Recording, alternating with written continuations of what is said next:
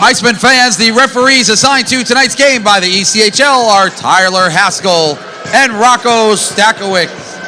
The linesmen for tonight's game are Brandon Grillo and Brady Fagan.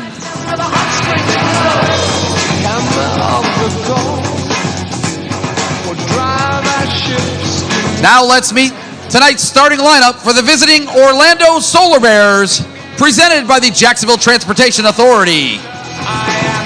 On defense, number 20, Michael Brodzinski. Also on defense, number 73, Michael Renwick.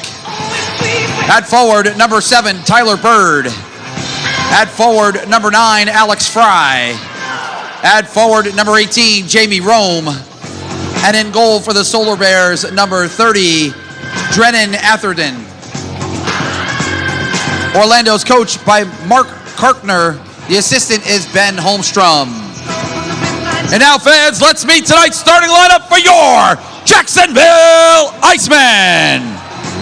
Brought to you by Express Medical Experts. On defense, number 2, Jacob Friend. Also on defense, number 14, Sean Leonard. At forward, number 6, Chris Grando. At forward, number 9, Luke Lynch.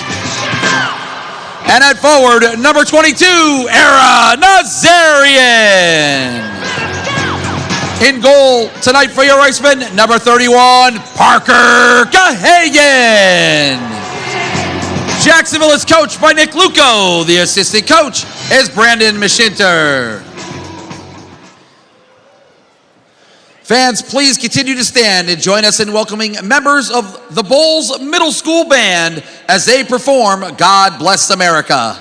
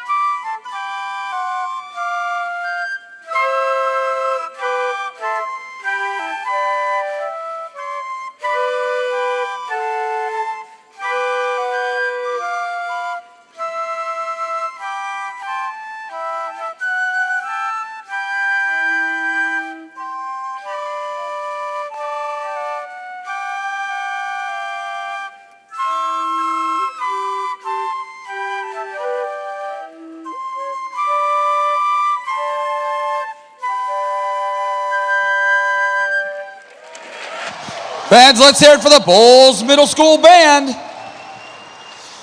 Now at this time, we ask that you continue standing as we honor America and all the brave men and women who served our country with the singing of our national anthem.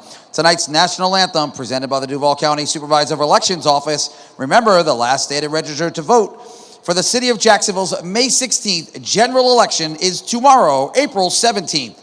Performing tonight's anthem is 12-year-old singer, guitarist, and recording artist, Chloe Grace. Oh, say, can you see by the dawn's early light was so proudly we hailed at the twilight's night's last gleaming, whose broad stripes and bright stars through the perilous fight o'er the ramparts we watched were so gallantly streaming, and the rockets regular, the bombs bursting in air, gave proof through the night that our flag was still there. Oh, say does that star-spangled banner yet wave o'er the land of the free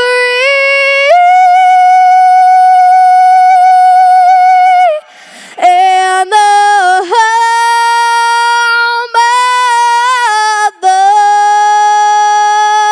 brave. We are ready for hockey, the final game of the regular season. Arlie Johnson back with you, high above rinkside at this point after heading down to ice level for just a few minutes. Hope you enjoyed that award ceremony. Yes, if you're wondering, that was a complete and total surprise to my broadcast partner, Alex Reed, who had no idea that he was receiving the final award of the evening, and it was my absolute honor and distinction to be able to present that to him. And he will be back up here in just a moment. He's going to finish up a couple of things down at ice level. But when he comes back up here for the game tonight, he'll be the one providing the play-by-play just as he would for all the road games. I'm going to sit back and do the color analysis for the game today while Reeder gets his day for game number 1,000 as a hockey broadcaster. It is a big, big moment. And, you know, as one who's close to about the 800 mark, I can tell you that it takes a long time to get there, and he has earned it. And couldn't be happier for Reeder to be able to have game number 1,000 and have it happen here in front of this crowd. A great crowd as usual here on home ice. And if you think it's good today for the last game of the regular season, wait till the postseason. Game 1 of the playoffs again begins Friday. Game 2 Sunday at 5 o'clock. Both those games will be at home between the Icemen and Greenville Swamp Rabbits. Just about to start this one today. Tyler Haskell and Rocco Stahoviak are your referees. 2-referee system today. It will also be a 2-referee system throughout the postseason. Luke Lynch on the draw against Alex Fry for Orlando. Lynch wins it. The Icemen control it, and we are underway. Thank you so much for being with us today on Flow Hockey and on Mixler as the Icemen take it into the offensive end.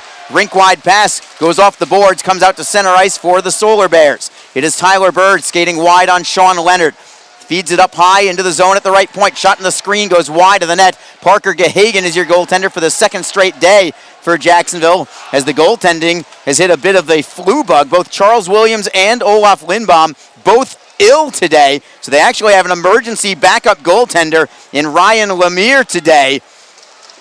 As the Icemen try and get it out of the zone, they can't do it yet. Held in at the blue line, tossed back in behind the net of Gahagan. Orlando changes up. The Icemen take possession. It is Sean Leonard. His pass is deflected out to center. Icemen get a piece of it, but not enough to maintain possession. It's backhanded into the zone by the Solar Bears' Eric Esposito.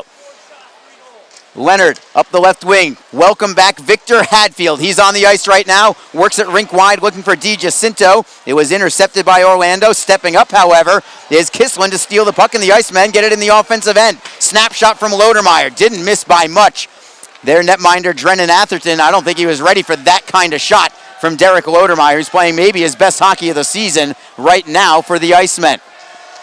Just about 90 seconds gone by, still looking for our first whistle of the game. Jacksonville has the puck behind their own net.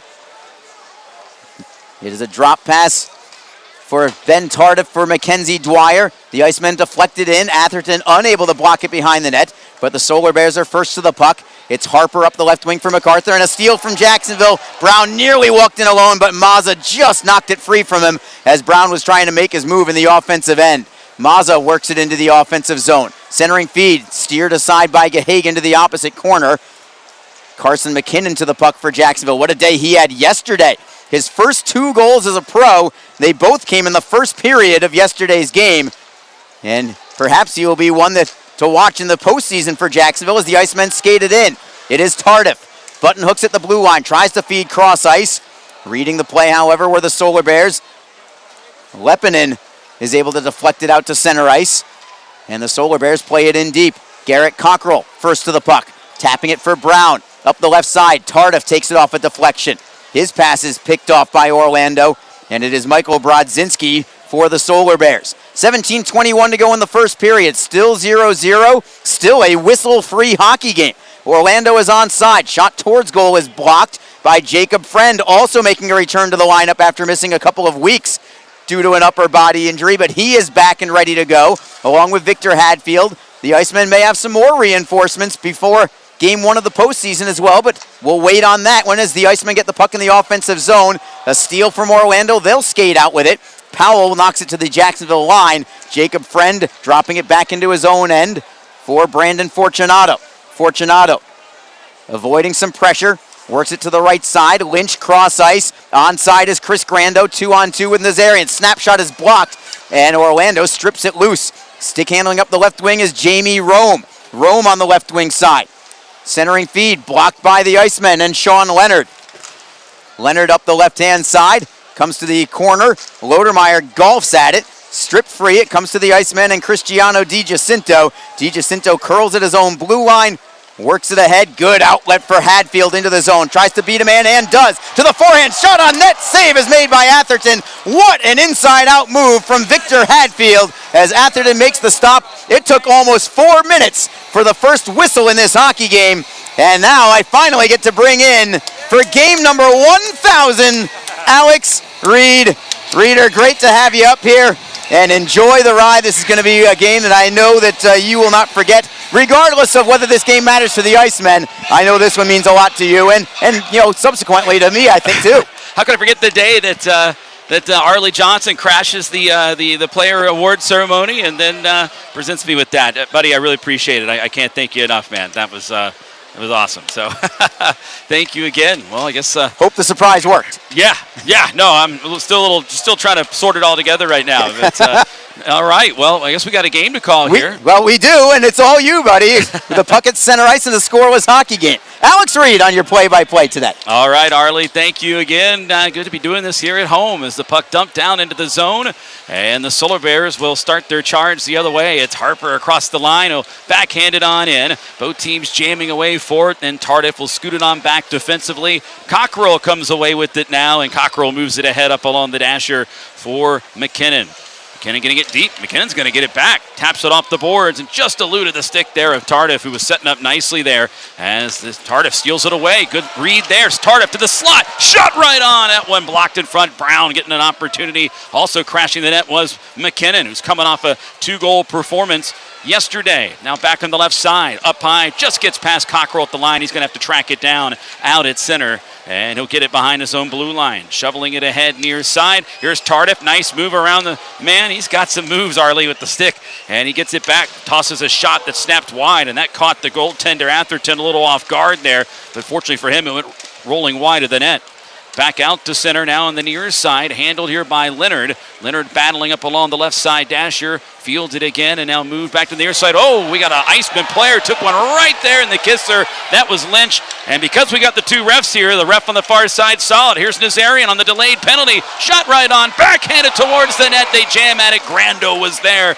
But a power play coming up here for Jacksonville as Lynch took a shot there. I looked there. The official behind the play did not see the initial high sticking there. But again, with the two-ref system, the guy on the other end facing the play was able to see it. Yeah, I don't know how Tyler Haskell missed that when it was right in front of him, but Rocco Stahoviak was on the call. call. And as we addressed just before the game started, it's going to be a 2-referee, 2-linesman system in the postseason. And with that, the Icemen get this power play chance. Reader, they are buzzing in the opening 5.5 minutes. You wouldn't know that they lost their shot on first place based on how they're starting this game tonight. Yeah, it was a tough one last night. There's no doubt for the guys, and not often you have to pull the goaltender in a tie game. That just goes to show you that the team wanted it. They wanted to go for it, and they were a few inches away of a puck rolling in on a DiGiacinto opportunity from it happening. So either way, these guys, they want to play some of their best hockey heading into the postseason. Iceman with it now, fanning on it there with Stiachertis. That allows the Solar Bears to jump on it. Foot race for the puck. Stiachertis, Bird trying to get it on goal, and that one paddled aside into the corner by Hagen, and it's moved back now to the near wall. Sent back down to the left side, handled down the near wing, and taken away by Brown. Bats it to DiGiacinto. Gets it up high for Stiachertis. Left circle now, shot snapped in on goal. Atherton makes the save. Is getting the shot there was Ben Tardif. The Icemen power play on the season. Looking at their numbers, 10th best in the league. They're up a spot now at 20.6%. Very respectable there.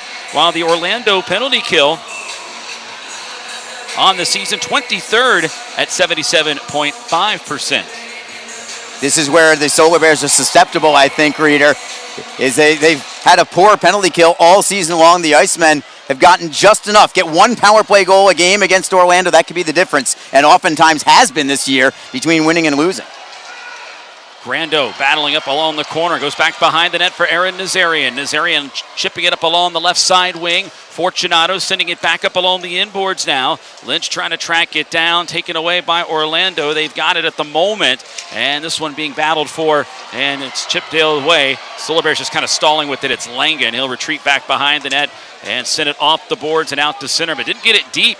Nazarian read where he was going with it and doesn't really have to go far to get it. Nazarian rushes back in. Low circle now. 42 seconds to go in the penalty. Grando with it now. Up high. Fortunato. Back to the near side. It's Grando. Nice little shimmy on the backhand to Fortunato. Fortunato with it. Steering it down into the corner for Nazarian. Takes a hit. Iceman throw it back in front. Solar Bears get it. Batted down by Fortunato. And it goes out to center though. Nice hit that time. They weren't even going to call that a high stick, but the puck went out. Nazarian with it now. Back in front. Nazarian taking it behind the net. Sending it over to the far wing. Up high for Jacob Friend. Friend to the top of the right side ring. Grando sends it across. Shot looking for a tip in front for Lynch. Just couldn't connect there. 5 seconds to go on the MacArthur penalty. Grando across. It hits back to him. He's got it on the near wing up high. Twisting it down into the corner. Orlando back to full strength. And we're back to 5 aside. Friend tried to backhand it down into the corner low. Kind of got a little bit of a piece of it. And it goes back out to center. The Icemen will regroup from there.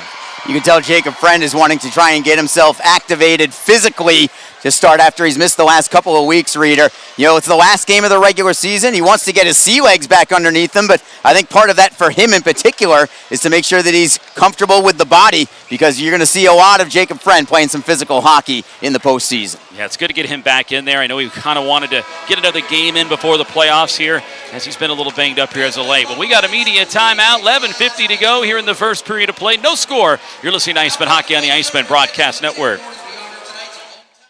This game is brought to you by the ECHL, celebrating its 35th season of affordable family entertainment. The ECHL would like to recognize the following league sponsors: AMI Graphics, exclusive signage provider; AthleticNet, official jersey supplier; Barron Rings, official championship ring supplier; Bellevue University, official higher education partner; BFL Canada Insurance and Sutton Special Risk, sponsors of the 2023 ECHL Hall of Fame induction ceremony; Kraft 1861, exclusive CBD partner; Dash, official mobile auction platform; The Fairley Group, official commercial insurance provider; FanSaves, official digital couponing platform; Flow Sports, exclusive streaming provider; Howie's Hockey Tape, official hockey tape and lace provider; In Glasgow, exclusive puck provider; Miracle Fresh, official odor eliminator; and Warrior, exclusive on-ice equipment provider and title sponsor of the 2023 ECHL All-Star Classic. Catch all of the ECHL action live in high definition by logging on to flowhockey.tv.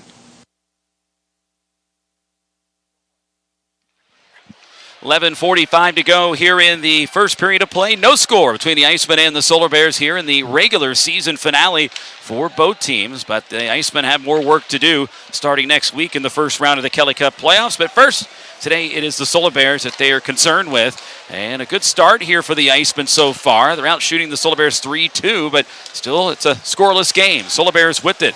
Easton Brodzinski. His brother, Michael Brodzinski, throws it back in front, sit back into the slot there, handle down the near side. Sent across the ice, Jacksonville in transition. Here comes DiGiacinto with it now. Spin move, stays with it. Nice there to shake off Brodzinski. Nice cycle play. It hit the official skate there. Otherwise, he was looking to connect on an opportunity behind the net for Hadfield. Taken away by Orlando. Luke Boca with it now. Dumps this one on in and sends it in deep. He'll head off on a line change, and it'll be fielded down the corner.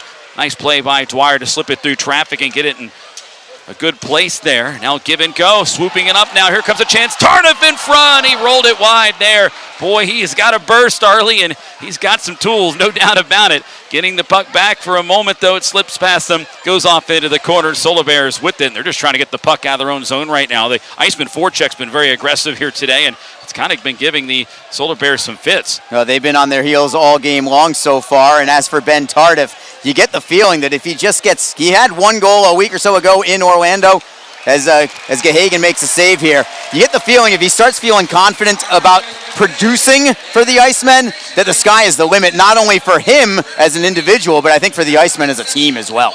I agree. He's got some tools, Arlie, and we saw him yesterday, and he's just kind of like a magician with the stick. So confident with the puck, and a lot of players might want to get rid of the puck when they feel that pressure. Not him. He's like, I'll take on your challenge, and he tries to go with it, and oftentimes he gets out of the jam there. That's a sign of a confident player. Face off deep into the zone, and both teams battling for it now. This one comes up to the blue line, shot fired, and then paddled aside by Gahagan on the heavy shot from Jimmy Mazza to the near side, the half wall. Langen swings it around over to the far side. Foot race again. This time Grando there as well. Puck bounces at the circle. Solar Bears had it for a moment. Now they have a little miscommunication. Who's going to get it? And they'll lob it back into the corner. Behind the net, Thea Chertis comes away with it. Far wall, up ahead. Give and go for a moment. Blocked down, and now scooped up by Luke Lynch. Lynch crossed the line. Left side, slows up now. Gets tied up there by Mazza. Puck finds its way to the near side. Shot towards the net is blocked, and this one chipped ahead up along the near side. Langen with it. Langen getting it ahead now on the right side. Here comes Esposito. Esposito, a shot, and that one sails through the crease, and Karam's off the dasher and down the other way. Brodzinski with it for Orlando. Not bad season for him. Over 50 points for a defenseman. Not too shabby at all. He's been in the league a long time, but Michael Brodzinski, he's put up some numbers in his career. No, he's done it for a long time. He's been a mainstay for the Solar Bears, and even though the team has not had the greatest of success, Brodzinski certainly has. Reader, I'm looking up at the shots category right now. Orlando out shooting Jacksonville 5-3. I am baffled by that shot number. Not that it's not accurate, I believe it, but it just seems like the ice has been tilted completely in Orlando's defensive end despite the shot output. Yeah, it seems like the Ice have taken more shots. They just haven't gotten on goal there as well. So that's something that, I would agree with. It just doesn't feel like that's the way it is. Good strip there by Hadfield. And this one taken right back, though, by Boca. Boca across the Iceman line. Boca with it now, moving it into the corner. Trying to evade the check there from Jacob Friend, who makes a good defensive play with a little stick check. Ross Olsen, the big guy, and they're battling for the puck as well. He'll deliver the puck around. Scooped up high. Sent over to the far side now and sent in by Kenny Johnson deep into the corner. Handle down the near side. Olsen with it. Delivers it across. Here's a shot taken and a save made by Gahagan. That one kind of hopped up on him there a little bit. That shot came from up high with 8:07 to go. We got a scoreless game here from Jacksonville, and we will take a break. You're listening to Iceman Hockey on the Iceman Broadcast Network. The Community First Igloo is a newly renovated ice facility located just off the Emerson Road exit on I-95 in Jacksonville. The facility is the official practice facility of the Jacksonville Icemen and features 2 sheets of ice and offers something for everyone, including public skating, figure skating, as well as youth and adult hockey leagues. There is also Learn to Skate and Learn to Play hockey programs In addition, you can relax and cool off at the Icemen Restaurant and Bar, purchase gear and equipment at the Pro Shop, and for you gamers, there's a state-of-the-art esports gaming arena. For more information, visit communityfirstigloo.com or call 904-399-3223. So come feel the freeze to the Community First Igloo.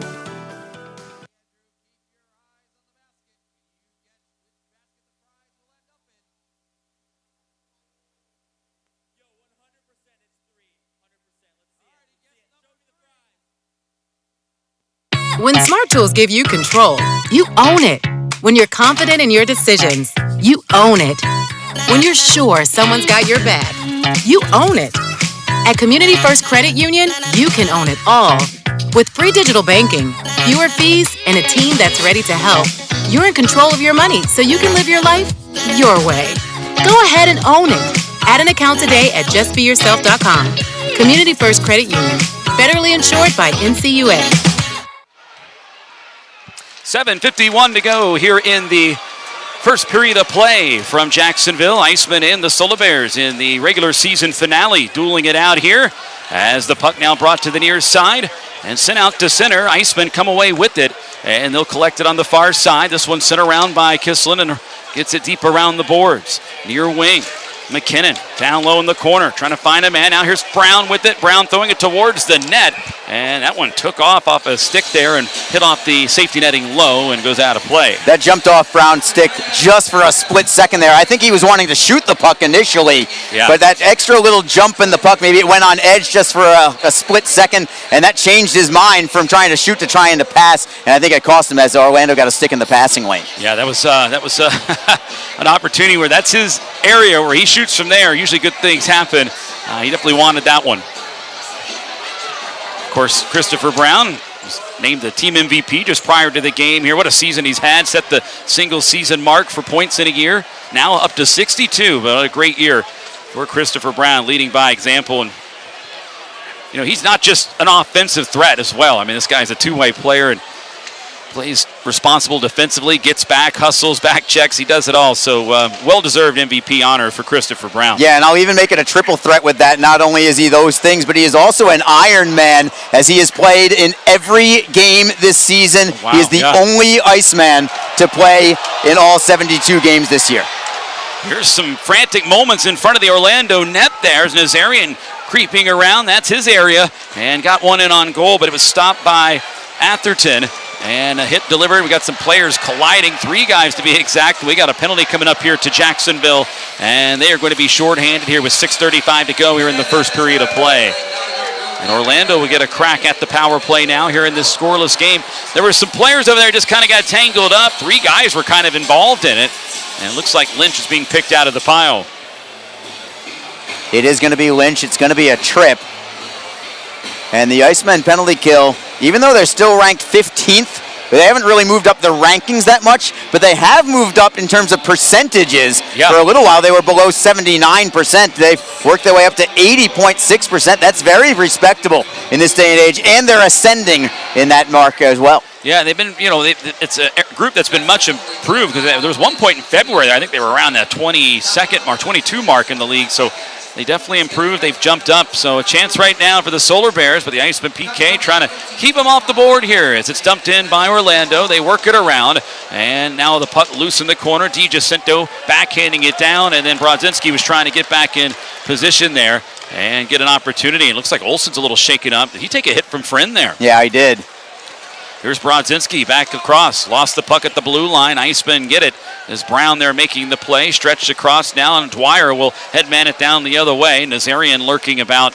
He'll back off, and it'll be taken now by Orlando, and they'll start their breakout now with 1:14 to go on their power play opportunity. Brodzinski dropping it back. MacArthur crossed the line for Langen. Langen across left side. Olsen backside. They had a man. They just couldn't get it cleanly there. Stolen away by Brown. Nudging it now over to Nazarian. Soft little dump in there. The Iceman can get a change and another clear for the PK. Such a good read there by Christopher Brown, recognizing where that pass play was going.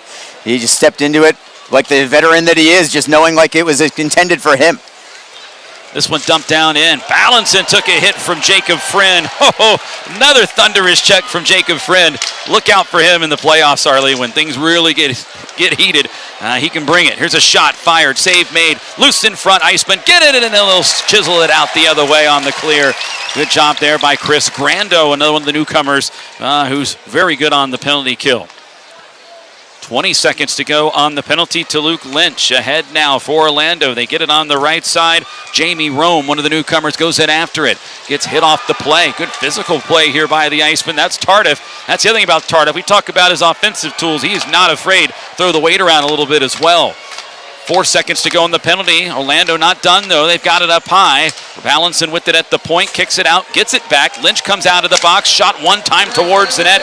That one's paddled aside. The Icemen get the kill. We're back to 5 aside here with 4:23 to go here in the first period of play. Still scoreless. Intercepted now by Kislin. Kislin carries it along, gets it ahead now. Here comes a chance. McKinnon trying to feed it back in front. Got blocked by a couple of defenders there. Goes back up high with it to Kislin. Snaps it around the boards. Activating there and trying to jump up is Dwyer. Dwyer handing it off the circle. Stripped away at that circle. Orlando's got it. They're having a tough time getting a handle on it. And it goes back out to center ice.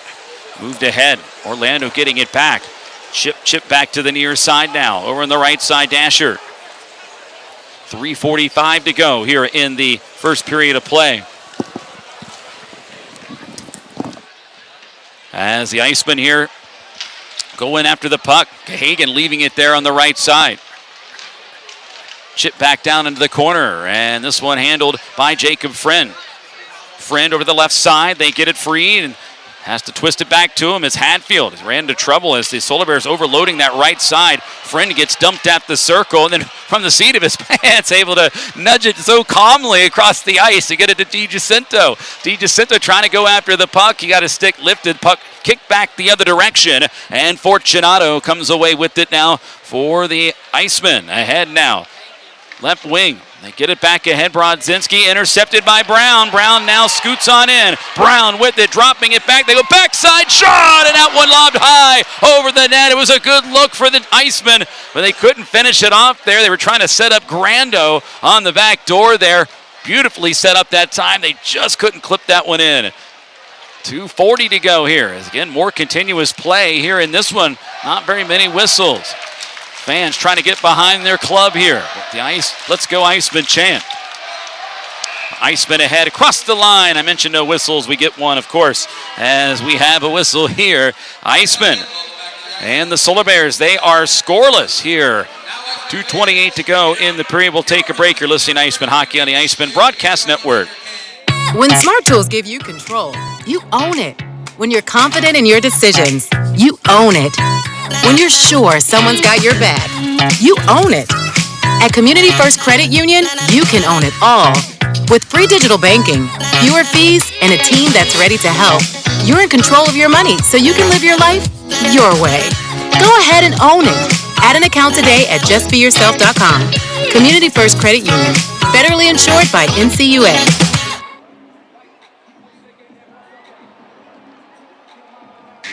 The Jacksonville Icemen offer discounted tickets for groups of 10 or more. Whether it's a company outing, a group from your school or church, or just a gathering of friends, the Icemen can help you set up a night of fun at a discounted cost. Other benefits include an intermission ride on the popular Fan Zam, a post-game group photo, or take a shot on net after the game. Ticket fundraisers are also available.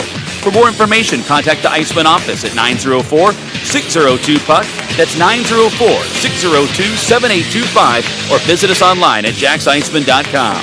Icemen Hockey, feel the freeze. 2:23 to go here in the first period of play from Jacksonville. No score between the Solar Bears and the Icemen as the puck now cleared over to the far side. Solar Bears with it to the near wing. This one will slip back out to center, and Jacksonville will give it a chase, but Orlando's got it. It's Balanson with it now. He'll play it to the near side and feed it deep into the Jacksonville end. Goes for the puck now. Olsen there. Look out for him. He's a big body. He's got 28 goals on the season, and a lot of those are just because he goes to the net. Move back down the other way now. Here's Lynch sending it across. Left side circle. Here's an opportunity for Jacksonville, though they couldn't connect on it. And it's moved back down the other way. Move free to the nearest side. Dump back now for Jacob Friend. Friend coming away with it. Friend with it left side. Now moves it ahead. And this one grabbed up along the left wing. Grab now, Rome trying to center it back in front, intercepted by the Icemen, and Jacksonville's got it here near side. They'll move it ahead, up and along the left side. This one goes out to center. Friend is there, minute 19 to go, and it's Sean Leonard with it. Leonard behind the net. Comes away with the puck, pushing it over in the far side. This one tapped back out the other direction now, and it's handled by Jimmy Mazza for Orlando. Mazza driving this one around the boards. We're in the final minute of play here in the first period of play. Solar Bears steal it away. Rome cutting in with a shot, and that one knocked away by Gahagan. The rebound floated through the crease area. Picked back up now the other direction. Iceman trying to track it down. Goes up along the inboards now. Hadfield's got it. Hadfield with the centering feed for Lodemeyer. And Lodemeyer trying to break off the check and does. Feeds it up high. Shot snapped in on goal. Atherton had to make a quick save there. 33 seconds to go in the period. And a big collision on the near side. D. Jacinto tripping up Langan a little bit. Langan trying to clear, blocked off of Hadfield, and Hadfield will go in on the forward check and handled now by Orlando with 20 seconds left. They try to springboard a chance for Bennett MacArthur. Iceman shuffle it back the other way. Back to retrieve it will be Michael Brodzinski. Brodzinski for the Solar Bears. He's got it at the circle. Moves it ahead. Little give and go here. 6 seconds to go. Solar Bears rushing on in. It's Esposito trying to center one back in front, though. And that one blocked away by Fortunato. And that will do it for period number 1. No score between the Icemen and the Orlando Solar Bears here, as the first 20 is in the books here in front of a great crowd here at VyStar Veterans Memorial Arena today. Shots in that opening period, doesn't seem like it, but it is 7-4 in favor of Orlando. But it just felt like the Icemen had a majority of the scoring chances. They also had a majority of the time of attack in the offensive zone. So that's where it kind of just gets everyone a little puzzled here in the situation. But good period, though, of hockey. Anybody's game, of course, here up at this point. So the Icemen right now able to rest a few bodies here today. There's some guys that are a little banged up, and they're going to get some time off before the playoffs start up on Friday.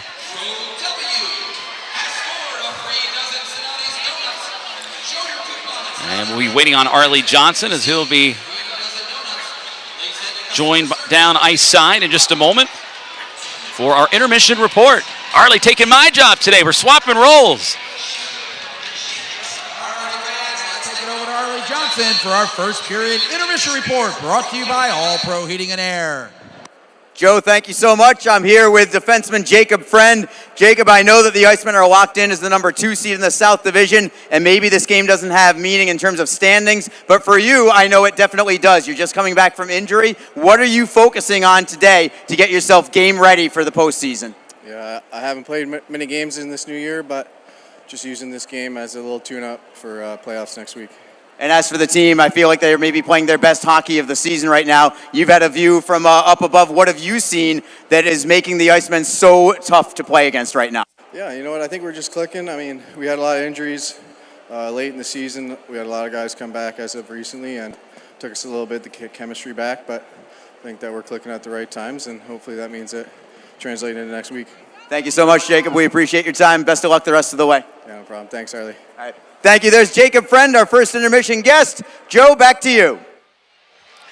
There you have it, Arlie Johnson with Jacob Friend. Always a pleasure to listen to Jacob, especially when he's coming in after a period. Jacob is great, a player on the back end, and, we just haven't seen a lot of him lately because of the injury, and so we are glad to see Jacob Friend back out there playing for the Icemen, getting tuned up for the playoffs, which will start next week.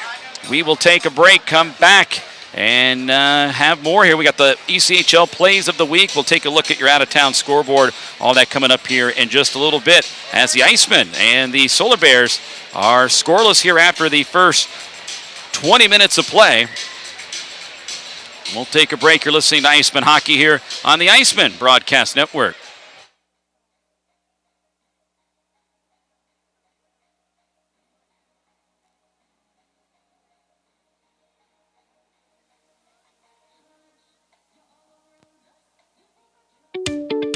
Community First Igloo is a newly renovated ice facility located just off the Emerson Road exit on I-95 in Jacksonville. The facility is the official practice facility of the Jacksonville Icemen and features 2 sheets of ice and offers something for everyone, including public skating, figure skating, as well as youth and adult hockey leagues. There is also Learn to Skate and Learn to Play hockey programs. In addition, you can relax and cool off at the Icemen Restaurant and Bar, purchase gear and equipment at the Pro Shop, and for you gamers, there's a state-of-the-art esports gaming arena. For more information, visit communityfirstigloo.com or call 904-399-3223. So come feel the freeze to the Community First Igloo.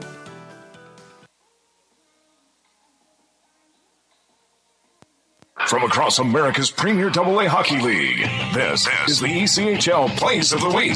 High slot, slap shot, off the glove, and in! Now for the net, he scores! He scores! He'll slip back out to the blue line, shot, score! Rodney scores! Scores! Let's rewrite the record book! It's a hat trick. He skates in over the line, Deeks shoots, scores! He shoots and scores! In the slot, shot, save, game is over! The holiday weekend has come and gone, and we now get set for the final week of the 2022-23 ECHL regular season. Hey, everybody, and welcome into the ECHL Plays of the Week. I'm Andrew Mossbrooks, the voice of the Cincinnati Cyclones. We begin taking you through the week that was by starting down south in Atlanta. In his first game back after a short stint with the Tucson Roadrunners, Atlanta Gladiators defenseman Noah Lowen made an impact as the Gladiators traveled to Jacksonville to battle the Icemen Friday night. While shorthanded, Lowen delivered a beautiful no-look backhand feed to a streaking Mike Pellick, who broke in all alone for the shorthanded chance, and the veteran made no mistake beating Iceman goaltender Olaf Lindbaum.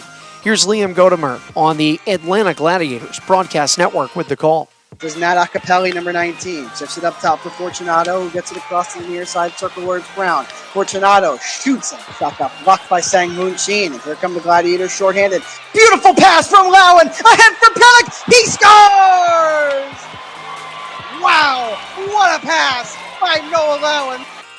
Now jumping to the North Division in Norfolk, where last Saturday the Admirals played their final home game of the regular season against the Reading Royals. To say they went out with a bang would be a drastic understatement, with the Admirals already in a comfortable 4-0 lead. And the second period winding down, Norfolk goaltender Cale Morris provided some fireworks to end the period with this save. Gaucher, one last rush, 4 seconds, Butcher across, what a save by Cale Morris to end the period. Wide open, one-time look by Hoffman, he just looks up to the heavens, and Cale Morris sticks out his right pillow. What an exclamation point to end the second period. The Admirals would go on to win by a score of 5-1. Morris comes into this week having won his last 4 contests, making 101 saves on 104 shots. That was Weston DeWitt with the call on the Admirals Broadcast Network. The Adirondack Thunder hosted Maine on Friday in front of the 6th sellout crowd of the year. The Thunder won 4-1, and Matt Slick scored his first professional goal. 14:25 left to go, period number 2. It's the Adirondack Thunder. Backhand, front of the net, Colin Long sends the puck up, it's still loose. Down is the goaltender, Slick, he scores! Matt Slick! 3-1 Thunder! That was Rob Lapolis on the Thunder Radio Network. With the win, Adirondack temporarily leapfrogged over Worcester for the final playoff spot. The Thunder host the Railers twice this weekend with a playoff berth on the line. The Maine Mariners wasted little time getting the scoring started on Sunday afternoon at home against the Adirondack Thunder. Off the opening faceoff, they made it 1-0 before the fans at Cross Insurance Arena were even settled in. But it could go a long way if the Mariners can pick up a win for them here today. Tim Doherty carries in instantly to the left circle and feeds it back to Voyer. Scores! 9 seconds into the game on the very first shot. Alex Olivier Voyer fools Mike Robinson. 1-0 Mariners. That goal was credited to Mitch Fossier on the redirect and was the fastest in Mariners team history, topping an earlier season tally from Fossier's line mate, Tim Doherty, who had netted 139 seconds in against Reading back in November. That call came from Michael Keeley, voice of the Mariners, who went on to beat the Thunder 5-3. Up next, we have an excerpt from the Reading Royals as young stars are shining bright in Reading as the Royals' first round of the Kelly Cup playoffs draws closer, and no rookie is shining brighter for the pride of Penn Street than the young forward from the Lone Star State, Salag Bakic. Entering his 8th pro career game on Friday night in Norfolk, the recent University of Notre Dame graduate had 3 points under his belt. In the Friday night affair, Bakic tallied 4 points with 2 goals in the second period to highlight a night the rookie won't be too soon to forget. Here the rookie has 2 here tonight. Boyles back in front, a redirection, puts up shelf, scores! Addition goes, and so like Bakic has his first multi-goal game of his professional career. He nets his second on the dish across from Charlie Gerard. Cross crease thing of beauty, and Bakic taps it home over the lunging Tomas Domashka. And the Royals back up by 4, a 7-3 lead, their 5th goal of the second period. Bakic's 4-point performance put him in company with his first line mate Max Newton for Royals rookies to earn a 4-point game this season for Reading. A 1-2 punch paired with the club's leading scorer Charlie Gerard for a formidable first line in Reading as the Royals prepare for the Kelly Cup playoffs for the 12th time in their last 13 seasons. That call came from the pride and joy of the Royals and Temple's Klein College of Media and Communications affiliation, Eric Jesterberger, on the Royals Broadcast Network. From Jesterberger to cheeseburgers, we'll jump to the Central Division now, starting in Iowa. Heartlanders forward Jake Derflinger has been the baconator of the Iowa offense the last few weeks. After sitting at 3 goals through much of early March, he's up to double-digit goals with some whopping strikes the last month. Niftily, Jocks over the line for Derflinger, left slot. He shoots, and he scores! Jake Derflinger is a slinger! 2 minutes gone in the third. Iowa's within 1. Jake Derflinger continues to dominate the Central Division. The Walnut Creek, California native was in and out of the lineup due to some bang-ups midway through the season, but is now just outside the team's top 5 in goals. David Fine providing a Big Mac-sized call on the Heartlanders Broadcast Network. Seamus Malone returned to the Indy Fuel lineup Saturday night after missing 2 months with an injury. His presence back in the lineup was welcomed as he tallied 3 goals and an assist in the Fuel's 2 games this weekend. This goal Saturday night against Iowa was the game winner in a 2-1 Fuel victory. Malone to the right wing corner. Brings it up the boards. Malone, center point, turnaround shot, score! Seamus Malone with a quick turnaround wrist shot through traffic gives the Fuel a 2-1 lead. It's the 19th of the year for Seamus Malone. Welcome back to the lineup. His first game in 2 months. And Seamus Malone gives the Fuel a 2-1 lead. That was Andrew Smith on the Fuel Broadcast Network. Malone now has 20 goals and 47 points in 46 games with the Fuel. 3 different Wheeling Nailers scored their first pro goals on Saturday night against Fort Wayne, as Matt Koopman, Sebastian Durbin, and David Jankowski all lit the lamp. Jankowski's goal ended up being the difference in the 4-3 Wheeling win, and it also gave Isaac Basinger his first goal call of the season. Buns has to get rid of it quick as he takes a big hit from Pelche. A little over 5 minutes into this third period. Coming in inside, fire Jankowski. He scores!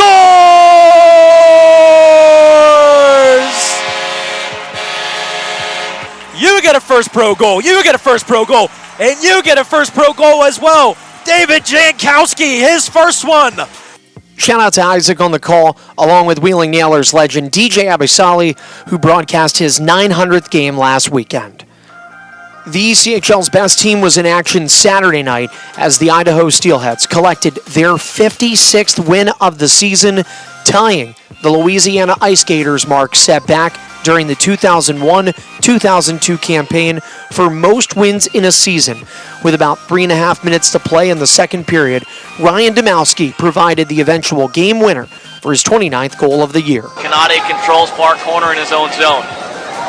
He'll send it to the center circle. Domowski across the blue line, flips it to the near dot. He fires!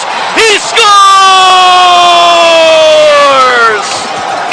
A snipe from Ryan Domowski over the glove of Garrett Metcalf gives Idaho a 3-2 lead on his team-leading 29th of the season with 3:19 to go in the second. That was Cam McGuire with the call on Sports Radio 95.3 FM and 1350 AM The Ticket. Heading into the final week of the season, Domowski looks to become the 12th Steelhead skater in the ECHL era to hit 30 goals, and the first since 2017-18. We'll wrap things up with the Cyclones wrapping up a banner Sunday afternoon in a back-and-forth Easter showdown against the Indy Fuel. Jalen Smerrick scored a short-handed empty net goal late, and 1 year after the Clones settled for just a point against the Fuel in Game 71 to secure a playoff spot, they put an exclamation point on their 22-23 season, earning the Central Division crown. For the Cincinnati Cyclones, this year in Game 70 against Indy, they won't settle for 1 point. They'll get 2, and they will become Central Division champions. The Cincinnati Cyclones are going to be the 2022-23 ECHL Central Division champions. It's the first time in 4 years that they have been awarded said banner, and they will have home ice advantage through the first 2 rounds of the 2023 Kelly Cup playoffs. Yours truly providing the call to Cincinnati's 47th win of the season on the Cyclones Broadcast Network, presented by Heritage Bank. That finishes this edition of ECHL Plays of the Week. Thanks go out to everyone who submitted highlights and you for tuning in. Enjoy the end of the regular season and the start of the Kelly Cup playoffs.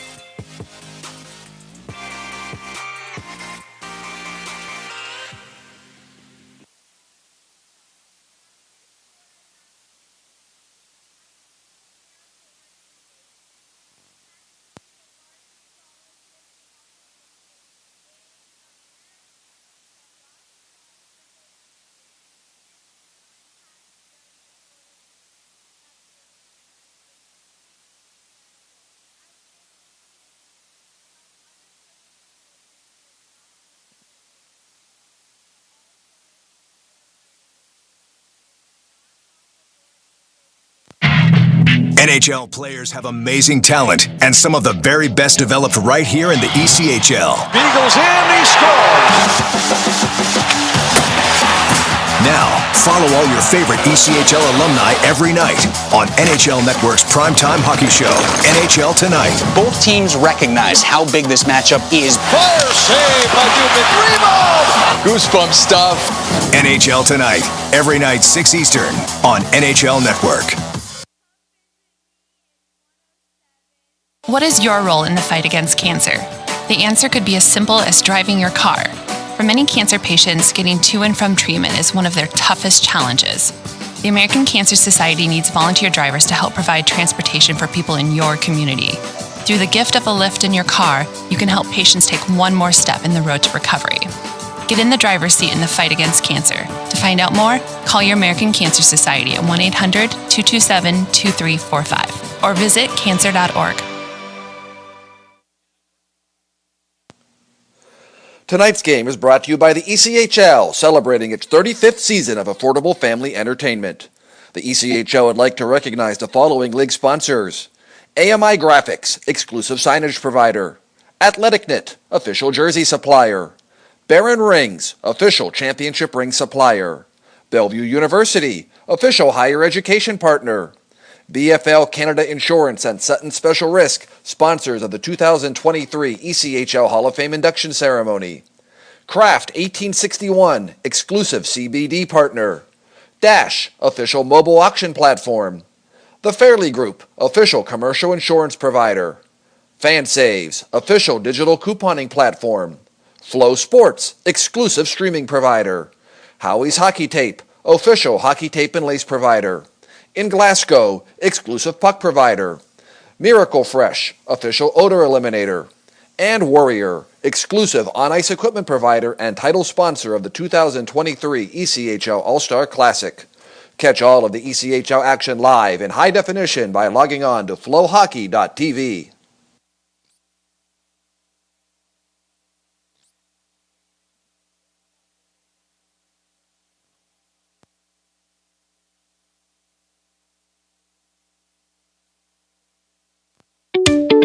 The Community First Igloo is a newly renovated ice facility located just off the Emerson Road exit on I-95 in Jacksonville. The facility is the official practice facility of the Jacksonville Icemen and features 2 sheets of ice and offers something for everyone, including public skating, figure skating, as well as youth and adult hockey leagues. There is also Learn to Skate and Learn to Play hockey programs. In addition, you can relax and cool off at the Icemen Restaurant and Bar, purchase gear and equipment at the Pro Shop, and for you gamers, there's a state-of-the-art esports gaming arena. For more information, visit communityfirstigloo.com or call 904-399-3223. So come feel the freeze to the Community First Igloo. Welcome back to downtown Jacksonville. Arlie Johnson with you along with Alex Reed. Game number 1,000 for Reeder as the Icemen and Orlando Solar Bears are scoreless after 1 in the regular season finale for Jacksonville. It's the season finale for Orlando. They are done. They have fallen on some hard times as well. Winless in their last 6 going into this final game of the year for them, while Jacksonville, they're playing some great hockey right now. 4-0-1 in their last 5, so trying to end the year on a 6-game point streak going into the postseason, which again begins Friday. The number 2 seed in the South, the Jacksonville Icemen, will host the number 3 seed, Greenville Swamp Rabbits. Game 1 of their best of 7 begins this Friday here in Jacksonville. To the ECHL scoreboard. Nothing else in the South Division today, but there was one absolutely huge game in the North Division today, and it has just gone final. In the North, the Adirondack Thunder hosted the Worcester Railers today, and it was this simple. Winner goes to the playoffs, loser goes home. It was that kind of stakes between Adirondack and Worcester, and it is the Thunder who come from 3-2 down in the final 10 minutes to win that game 4-3. Adirondack defeats Worcester. They get the game-winning goal with just 2:06 to go in that contest from Brady Florent. So Adirondack is your 4 seed in the North. They will face the Newfoundland Growlers. Worcester, after starting the year an ECHL all-time best 9-0, and after having a 9-point lead for 4th place with 10 games to go, they let it all slip away. Worcester is out of the playoffs, and that's the biggest score update we've got for you today, as it is going to be Adirondack in the Kelly Cup playoffs while Worcester goes home for the summer. Second period is now underway. 0-0. Icemen get the puck at center ice as Aaron Nazarian tosses it in cross corner to the left side of Atherton. Michael Brodzinski stick handles away from a couple of forecheckers. Sends it ahead for Tyler Bird. Bird can't work his way around Jacob Friend, and the Icemen take it behind their own net. Sliding up the near side, it is Lynch looking to shovel it out. Can't do it yet. Soft wrister on goal. Easily turned into the corner by Gahagan. Orlando gets it right back. Bird all alone. He scores over the glove of Parker Gahagan just inside the post. And in the opening minute of period number 2, it is the Solar Bears on top. Tyler Bird gets the goal. He has done some damage against the Icemen this year. He does it again tonight. Boy, has he ever. He has been a thorn in the side of the Icemen here all throughout the last few seasons. I mean, they've had to play against him. He's always that guy that comes in and finds that goal, and he gets one here to get his team ignited here in the early part of the second period. After a really well-played first period, I thought, by Jacksonville, but we'll see how the Icemen respond now. So Jacksonville trails by 1. A hard game to really gauge from the Icemen's perspective. They had so much wind out of their sails after losing in a shootout yesterday in a game when, had they won in regulation, this game would have been for first place in the South. But now it's not for anything except just trying to get acclimated for the postseason and make sure you stay as healthy as possible. And that's easier said than done as the Icemen take it up the right wing into the offensive end. It is Lodermeyer curling at the half wall. Lets it go, but the Solar Bears have possession. Langen will feed it behind his own net. In control is Max Ballinson for the Solar Bears. Minute and a half gone by in the second period. Solar Bears now on top, 1-0. Ross Olson into the offensive zone. Stick handles to the right side. His pass is deflected out to center by Victor Hadfield. Hadfield all season long, depending on how the roster has taken shape for Jacksonville, sometimes has played forward, sometimes has played defense. Today, he's up front as a forward. Again, no Matheson Acapelli for the Icemen today. No Jacob Panetta either, but where Hadfield was needed today was as a forward. Still only 9 forwards for the Icemen. They're actually dressing a man short today. 9 forwards, 7 defensemen, and Hadfield is not among those 7 defensemen. But those are just the healthy bodies right now. Hopefully that will be a different story come Friday night for Game 1 of the Kelly Cup playoffs. Man falls down for the Solar Bears as the puck is tied up on the near side boards. It's stripped loose by the Icemen, but not cleared out yet. Harper bats at it. The Icemen play it ahead. Comes out to center ice as they gloved it out to the neutral zone. And the Solar Bears with Mazza drives it cross ice. That goes by everybody. This will be called icing against the Solar Bears with 17:18 to go. Reeder, who is again going to be doing play-by-play for the game today, but on assignment right now, just a couple of inches away from me, but the job never ends for you. So every once in a while, we just got to fill in. No, that's it. There's always something else to be done. It's not just showing up and calling the game, so at least not today. At least I thought it would be, but hey, yeah, something else came up. So I'm working on that, so thanks for filling in. Anytime. Wait, we're a broadcast team, man. So, we are. You know, hey, it works itself out. We are the oldest broadcast team in the entire ECHL. If not the best, we can at least say that we are old. Orlando with the puck at the blue line. The Jacksonville blue line, that is. They'll send it in deep. Icemen to the puck. It is Sean Leonard drifting to the left. Works it cross ice. Great breakout pass to Luke Lynch. He's onside on the right wing. Looks to center. It goes right through the blue paint. Nobody home. Leonard pinched in trying to hold the zone. He couldn't do it. Orlando may have a 2-on-1. It's Langen. Right side shot on net. What a save by Gahagan. Just got enough with the right skate. Best save of the night for either tender as the Icemen stay trailing just by 1 thanks to that athletic pad save from Parker Gahagan. 16:30 to go in the second period. Orlando's come out with a jump in their step in this middle stanza. Now out shooting Jacksonville 10-4. Jacksonville gets a steal. It is Hadfield into the zone with DiGiacinto. Snapshot is deflected. It goes over the glass and off the netting. 16:19 to go, and the Icemen will have to settle for an offensive zone face-off. That'll be to the left side of Drennan Atherton. Local product for Orlando. Very curious to see if Atherton is their netminder next year. And personally, I'd love to see it. It's great to see local Florida talent in the league. And even if it's for another team, I don't mind that. Could make for a healthy rivalry. But I just think it's a pretty cool story that a kid from Central Florida can find his way playing net for the Orlando Solar Bears. Yeah, you know, and he played over at the RDV Center. Gahagan, another tremendous stop, this time on Bird, as he was all alone on the doorstep. And the Icemen clear it away. Go ahead there, Reeder. No, so yeah, he played his youth hockey there at what was the RDV Center. I know the name has changed now, but it's great to see a Florida product. Now getting a chance to play for essentially his hometown team. Pretty good little story, and he had a good first impression in Friday's game. But the Icemen came away with the 2-1 win in overtime.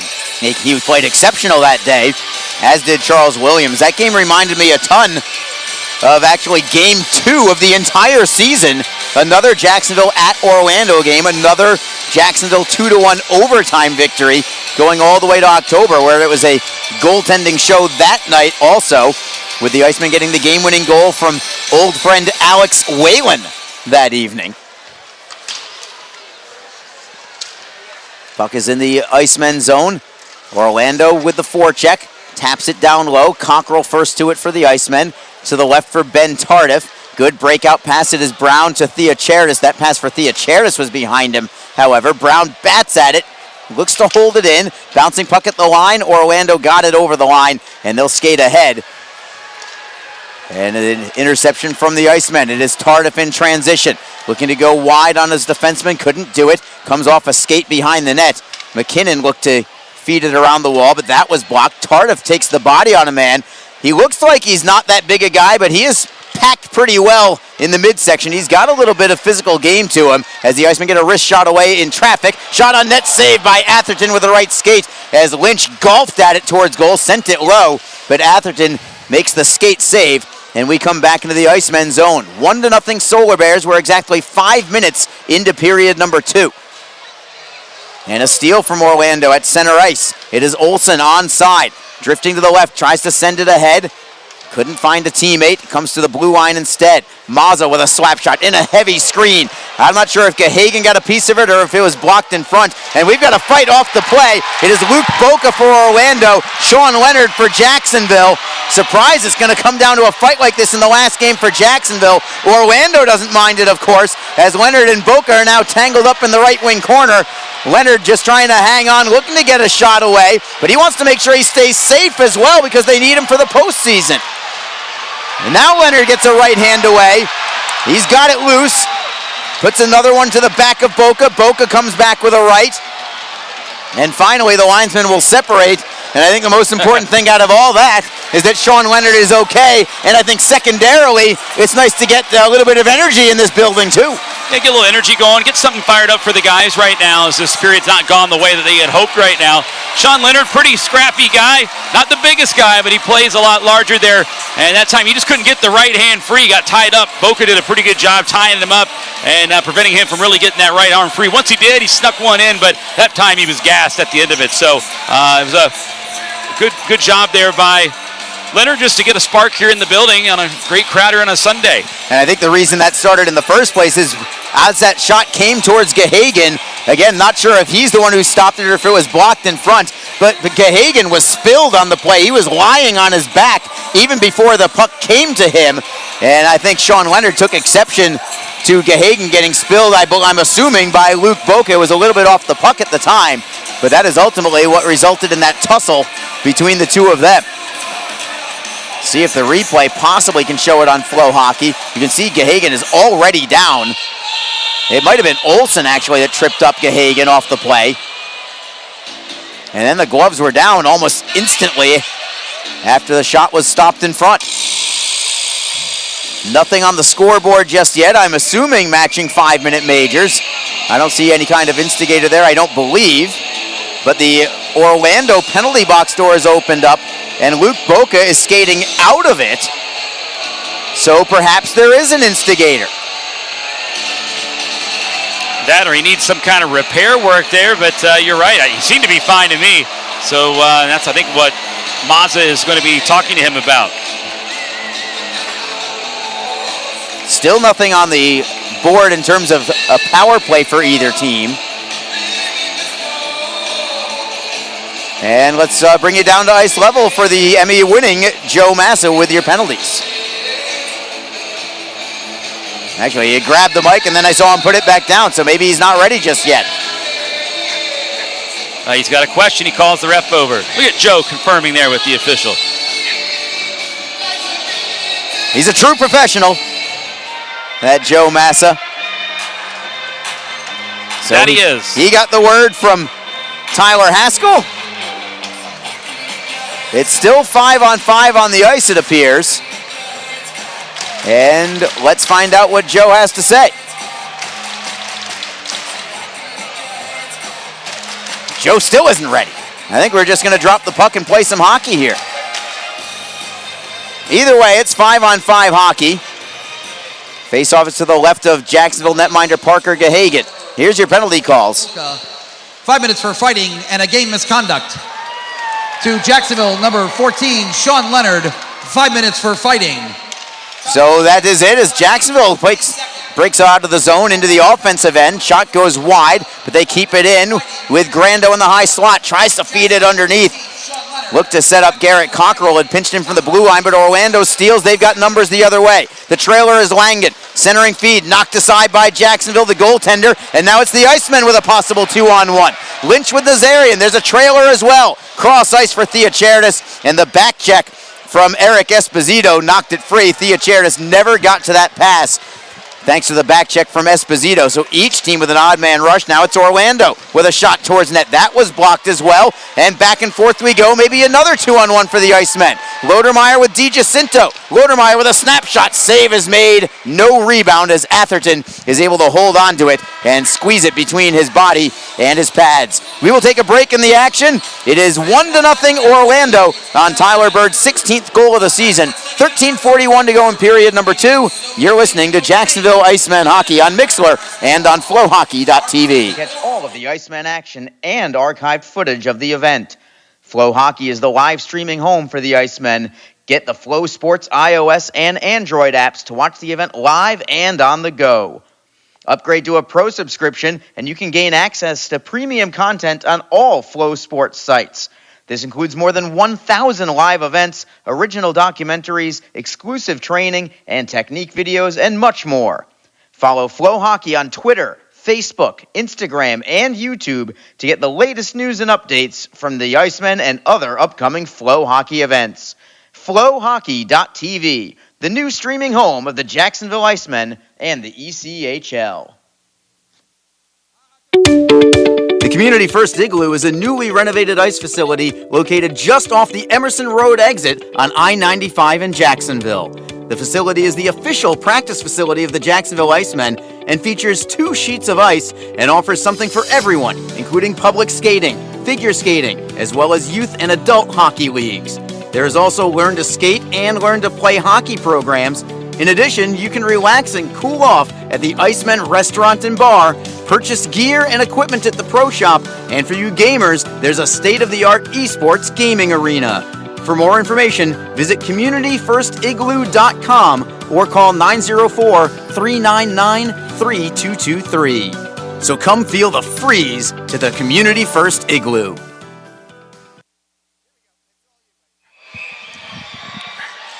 $13:34 to go here in the second period of play.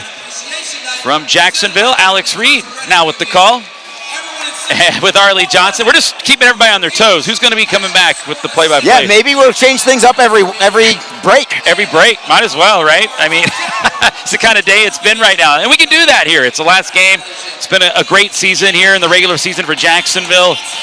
And they got some more work to be done, though, here starting next week when it really turns up a notch. And Arlie and I in the next intermission, we'll talk about the upcoming series with the Greenville Swamp Rabbits. Right now, the Icemen trying to find the equalizer here. Just got confirmation that Luke Boca got the game misconduct because he didn't have his jersey tied down. So it wasn't anything like an instigator. It was because they have those straps, you know, the fight straps they call them, and it wasn't tied down. And he got tossed for it. That's the rule. Iceman working the puck around, nudged over to the right side wall. Iceman with the backside. Here's a chance there. Thrown back in front as Hadfield had to pull it back and go up high with it. DiGiacinto trying to twist his shot. That goes off the deflection down into the corner. And now the puck loose, and Orlando comes away with it. They'll skate it back the other direction now. Renwick now across. Now they go for Bird, who's got the lone goal in this game. And Bird will send this one off the deflection. And that one caught that time by a fan. Great snag. Amazing. Over the netting like a pop fly into shallow center field. About 15 rows up, and young man, and then an exceptionally long beard, just had it fall right into his hands like he was doing it all along. Just playing center field for the jumbo shrimp out there. Well, it is the season for that as well. And sign him up. Face-off coming here in the offensive zone. Esposito wins it cleanly back. Johnson now takes a shot. This one hits off a body, goes down into the corner. Thrown back now to the near side and handled at the circle. Fielded now again. Olsen with it. Trying to fire off a shot there. Didn't get much on it. He kind of got knocked off balance. Solar Bears again with it, though. Olsen going to the net. Good stick that time by McKinnon to clear it out the other way. Back up at the blue line. Left side now. Handled on the far side. Dasher by Fortunato. Grab now to the near wing. Fielded by Johnson. Johnson surveys the ice for Orlando. Goes ahead off the stick of Olsen. Olsen a little slow moving right there.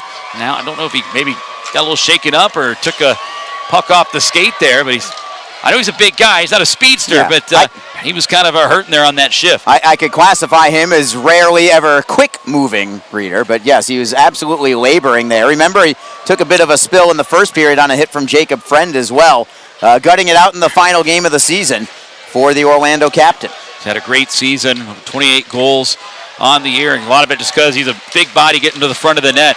Move back ahead up along the right side. Tardif comes away with it for the Icemen. Tardif now with it, trying to go to force it towards the middle, but tied up there was Lynch. And the Solar Bears emerge with possession. 11:20 to go. Moved out to center ice, grabbed again. Now on the near side wall, it's Langen. Langen getting it deep into the corner. Feeds it back over on the far wall. Cockrell's got it now. Cockrell playing it over to Thea Charitis. Thea Charitis sending it end over end. Back the other direction. Handled now on the left side wing. And this one dumped down in deep. Brodzinski goes in after the puck. And he'll start his breakout for Orlando as we're approaching the halfway point here in this second period. Still a 1-0 lead for Orlando. Thea Charitis back to retrieve it. Named the Iceman Rookie of the Year. And well-deserved there by the blue liner for Jacksonville.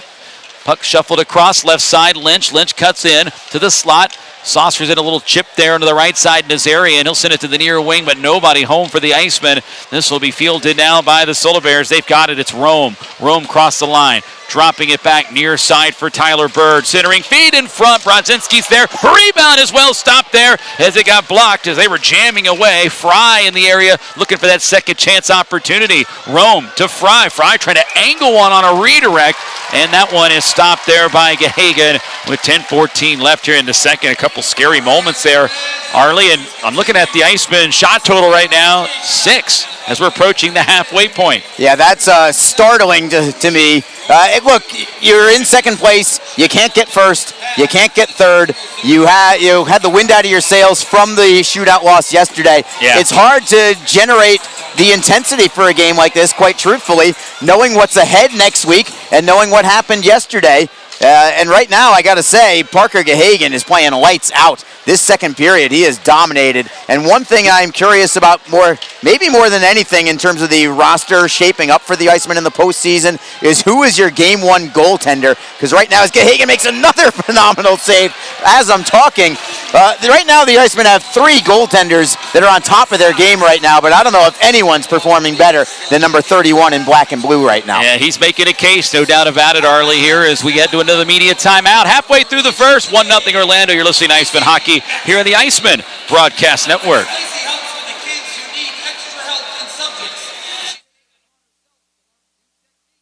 And the ECHL. Get into the game at Best Bet. Come experience the best in card games, hospitality, and fun at Best Bet Jacksonville, Orange Park, and St. Augustine. You don't have to be a poker pro to have an exciting time. Featuring card games of all limits and easy-to-learn games like Ultimate Texas Hold'em, 3-card poker, and Pai Gow. Wager on exciting simulcast races and enjoy delicious food and drinks. Our card rooms are open Monday through Friday from 10 a.m. to 4 a.m. and 24 hours on Saturday and Sunday. Details at bestbetjacks.com. NHL players have amazing talent, and some of the very best developed right here in the ECHL. Beagles in, he scores! Now, follow all your favorite ECHL alumni every night on NHL Network's primetime hockey show, NHL Tonight. Both teams recognize how big this matchup is. Fire save by Dubnik. Rebound! Goosebump stuff. NHL Tonight, every night 6 Eastern on NHL Network. Bang the boards. You own it. Own it at Community First, your Jacksonville Icemen's credit union partner. Bank with us and join the team that puts our community and neighbors like you first. Community First Credit Union. Just be yourself. What is your role?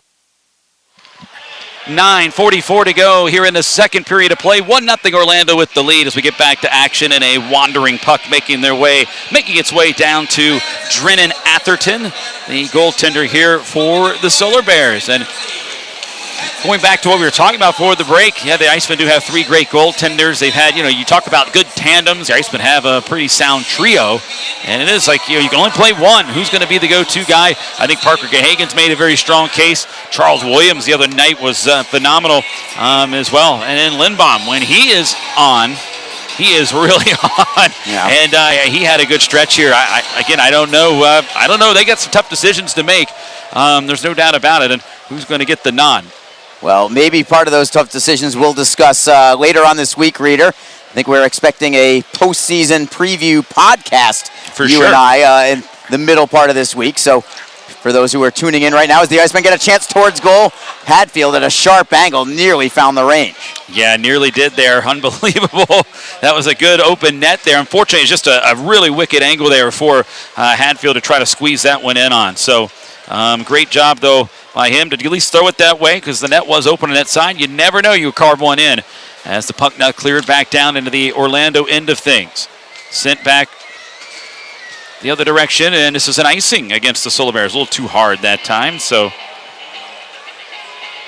Reader, it's great to see both Victor Hadfield and Jacob Friend back out there. Person by person, player by player, it has been a very difficult second half of the season from a health standpoint for Jacksonville, but over about the last 3 or 4 weeks, you see guys like Garrett Cockrell coming back. Jacob Panetta was out for a long time, and now you're getting guys like Jacob Friend back. Now you're getting guys like Victor Hadfield back. Who knows what might happen come the postseason.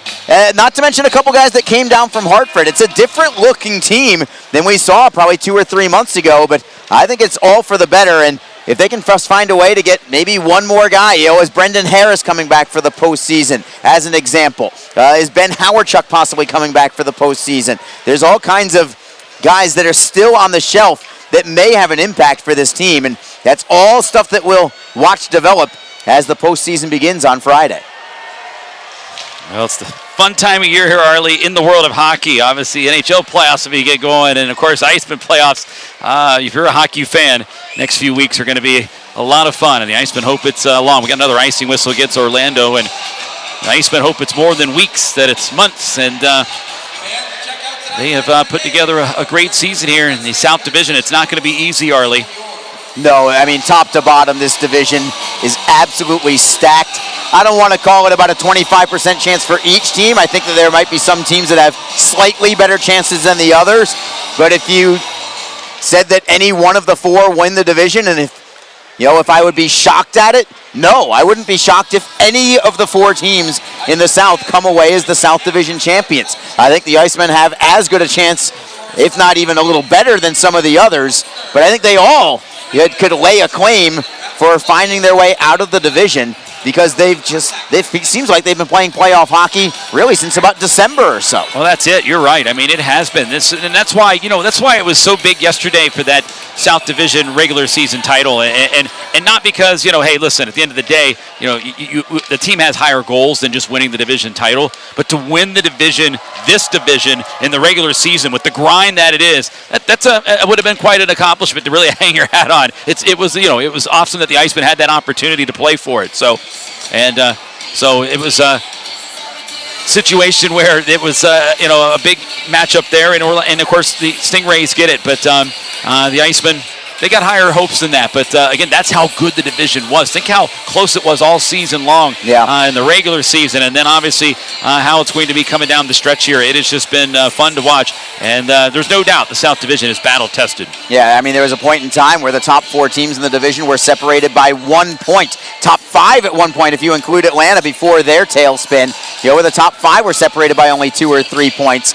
And yes, the Icemen did not get home ice for the first 2 rounds by South Carolina getting that game yesterday.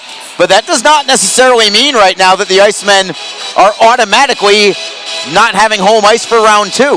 That would just assume that South Carolina defeats Florida in round 1. That is a poor assumption to make right now. Yeah, it is. Florida is the defending champs. They know what it takes to win. They have handled South Carolina fairly well this season. So just because the Icemen on paper right now show that they would not have home ice advantage for round 2, on paper doesn't mean anything now that the playoffs will be starting in just a few days. Very good point there, Arlie. You can never count him out. Here's a chance now for Grando. He's going to chase the puck down behind the net of Atherton and tries to sweep it back to his forehand side, but was swiped away by the Solar Bears. Back out to center. Jacob Friend sending it across now and gets it to Sean Leonard. Leonard with the puck now, looking up ice, now goes back to the nearest side on a D-to-D pass to Friend. Ahead right side, now in front of the bench area, both teams jamming away. It's Lynch, and this one goes sailing up and out of play. Orlando with an 11-3 shots on goal advantage in this period, Arlie, as the Icemen just trying to get things going right now here. It's just been a little slow here. And again, they got a lot of guys out of the lineup. Let's not sugarcoat here. It's a fact. They've got some key guys here. You talk about it. This game just does, you don't, the guys, as well as guys have been playing here with the passion, this is one of those games here. Yeah, they want to win it. There's no doubt about it. But deep down, I think, they know what's going on. They know that the real deal's coming next weekend. And I think for Orlando, too, I have to give them some credit. Look, they came in with a winless streak coming into this one, but they've got nothing to lose. It's their last game. You might as well go, as hard as they can for one final night. See if they can end up on a high note as the Icemen get a steal right in front. Here's a chance now. They try to center it. Oh, they left it there. Stolen away for Orlando.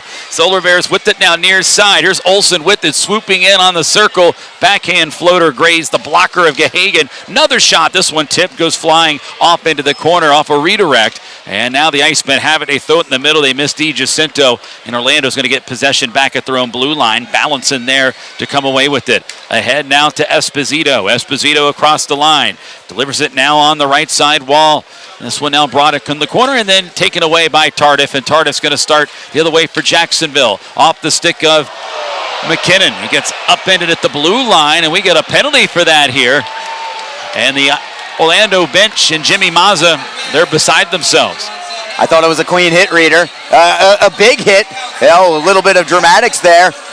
Mazza on Carson McKinnon. They called it interference, I guess, saying that he hit him a little too late after the puck had gotten there. I call him as I see him. I just thought it was a clean hit that maybe had a little too much histrionics for the official standpoint. I'm not upset. Icemen are on the power play. See if they can even the score up. Here we go. 1-0 the score, and they're going to get a power play here for Jacksonville. An opportunity to even it up, as you mentioned there, Arlie. They'll have a face-off here. Mazza's going to sit in the box for two. And Lodemeyer wins the draw. They get it to Theocharidis at the point. He tried to deliver it back there into the bumper area for Lodemeyer, but it got tipped out of the zone by an Orlando stick. The Icemen will have to regroup. Tough there when you win the draw. And immediately goes back the other way. Lodemeyer leaving it on the left side wing. Racing to get it is Tardif. Tardif swinging around to the corner. DiGiacinto's got to finesse around the official. Official, get out of there! And then they'll send it back over to the far side. Icemen able to get it back. Here's Theocharidis left side. Tardif with it now. Tardif at the dot. Back up high for Theocharidis. Over to the right side wall. Saucered across Tardif. Top left ring to the slot there. Lodemeyer trying to get it. He'll bunt it back to Theocharidis. Left wing side. Half wall. Tardif. Slot. Shot. This one hit the elbow. And it banks in for a goal. Derek Lodemeyer. Career year. He puts another one in. And Jacksonville on the power plays tied it up. Pinged off the elbow and then went in. And a little assist there from the Iron, and Derek Lodemeyer, boy, he's been hot. Gets another tally here for the Icemen. Just a nice pass in the slot. And that one did it kind of clip off the glove of Atherton, then hit, nope, went straight there off the elbow of the frame of the net and banked in. Yeah, it's exactly as he said. It pinballed in. It caught the elbow where the crossbar meets the post, came back out behind it, hit the back side of Atherton's glove because it had beat him cleanly. So elbow, back of glove, trickled in, and Derek Lodemeyer, what a landmark goal for him. 25 on the season. He had 15 his first two goals, or his first two seasons, and now he eclipses that by a mile at 25. And another one, he's playing his best hockey of the season right now, I think, also for the Icemen, and he'll certainly be a factor in the postseason. Well, we got a little bit of delay because one of the dividing glasses that separates the Icemen bench from the fans, I saw Matt Conti looking at it there. Yeah, I think it came loose a little bit, so we could have a little bit of a delay here. I think they're just the officials went over and discussed it, and I think they just told Matt Conti, if that gets worse, let us know. I think we're going to continue on. Nobody bang that glass. Nobody bang that glass there. Maybe some fans got a little too excited there, but the Icemen tie it up. Here's Joe Massa. Season number 16, Derek Lodemeyer. assisted by number 39, Ben Tardif, and number 23, Tim Theocharidis. Time to go, 14 minutes, 27 seconds.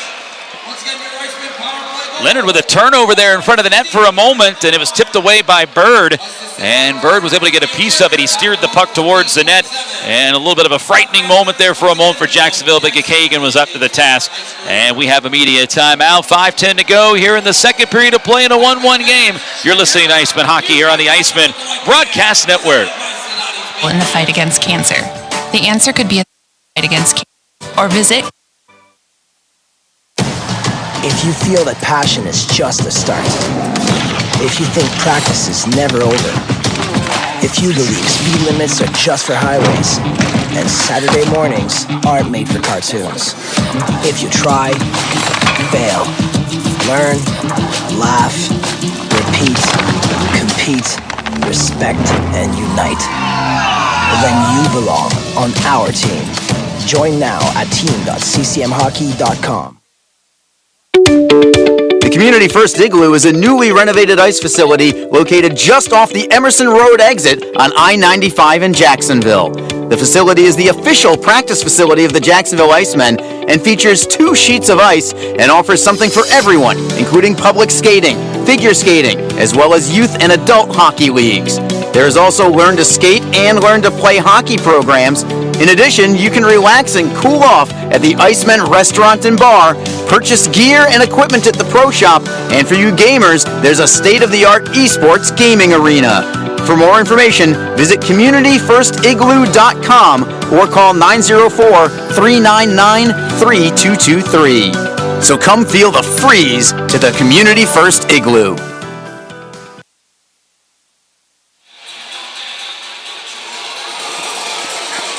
.5:10 to go here in the second period of play. We're in a 1-1 game. Jacksonville getting the tying marker a moment ago there from Derek Lodemeyer.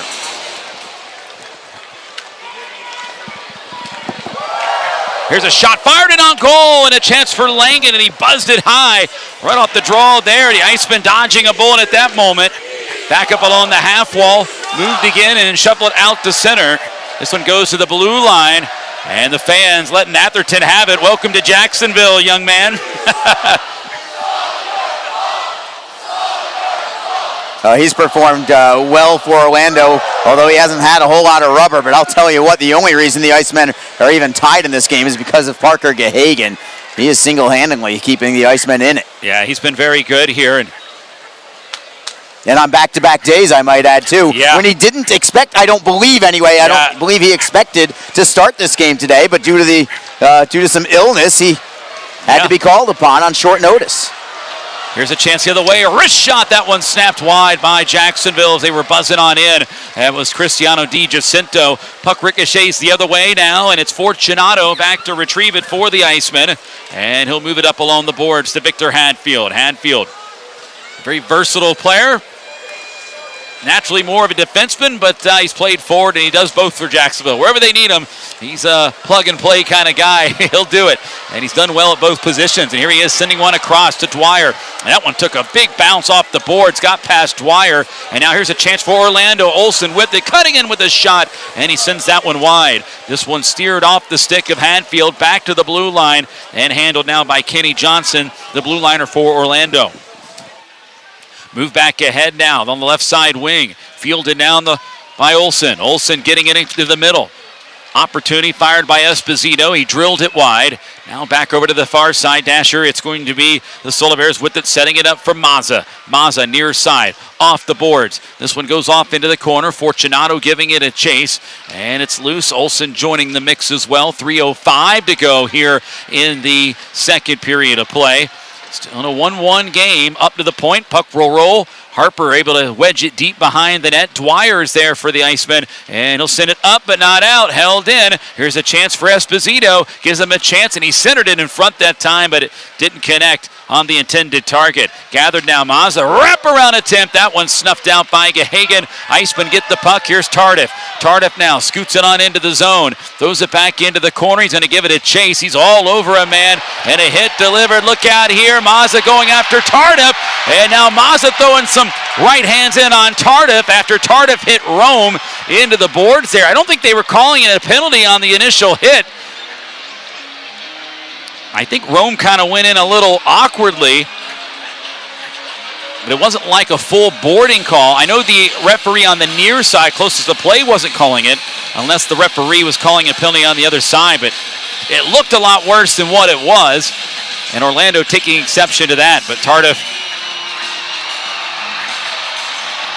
I don't think there's going to be any penalties after this, and I don't think there should be in that case. I know it looked bad, but I think Rome kind of went in a little awkwardly on his own accord.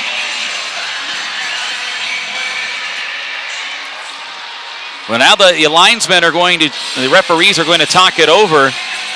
Brown's going to come over and lobby that nothing should be called here.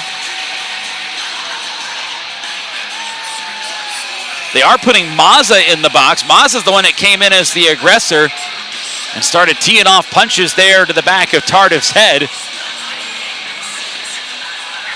And they're just going to call a roughing penalty. And so now Olsen can't believe it. He's like, you got to be kidding me. What happened to the hit in the corner? That's what started the entire thing. And I get his argument that there was only a roughing call on Mazza because he was sticking it for his teammate. He just did it a little bit too aggressively. And the fact that the officials did not call the hit a penalty. And I'd like to see it again, but they're not going to show it. I don't think it should be a penalty there because it wasn't like it was a board or a cross check there. Fortunately, though, everyone's okay in the situation, but I think it's going to be a power play for the Icemen. Ross Olsen, the captain for Orlando, he can't believe it. And he's got some words for the officials right now, but now he is upset. He wanted to slam his stick there on the dasher, thought otherwise. But it is going to be a power play for Jacksonville as Mazza came in as the aggressor trying to stick up for his teammate.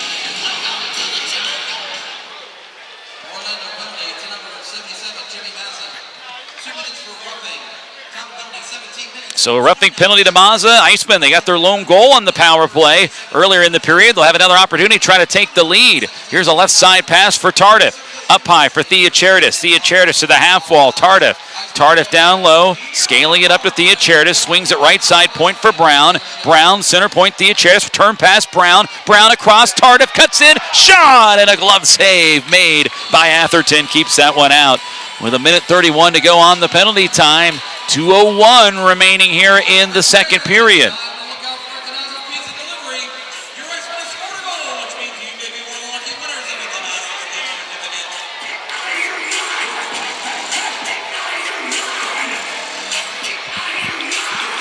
So face-off will be coming here to the blocker side of Atherton. The Icemen huddle up here as they want to try to draw up something here. Lodemeyer talking to the group.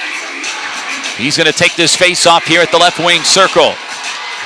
And this one on back, Theocharidis at the blue line. This one off the skate, down low, back to the circle again. It's Tardif. Tardif leaving it back near side. Theocharidis kicked out right side. Brown shot low, and that one sails wide. Tardif getting it back, leaves it up to the point. Theocharidis, who cradles it at the line. Kicked out right side now for Brown. Over to the right side again. Down low for Brown. Brown with it up high, finds Tardif. Tardif with it, eyes the net.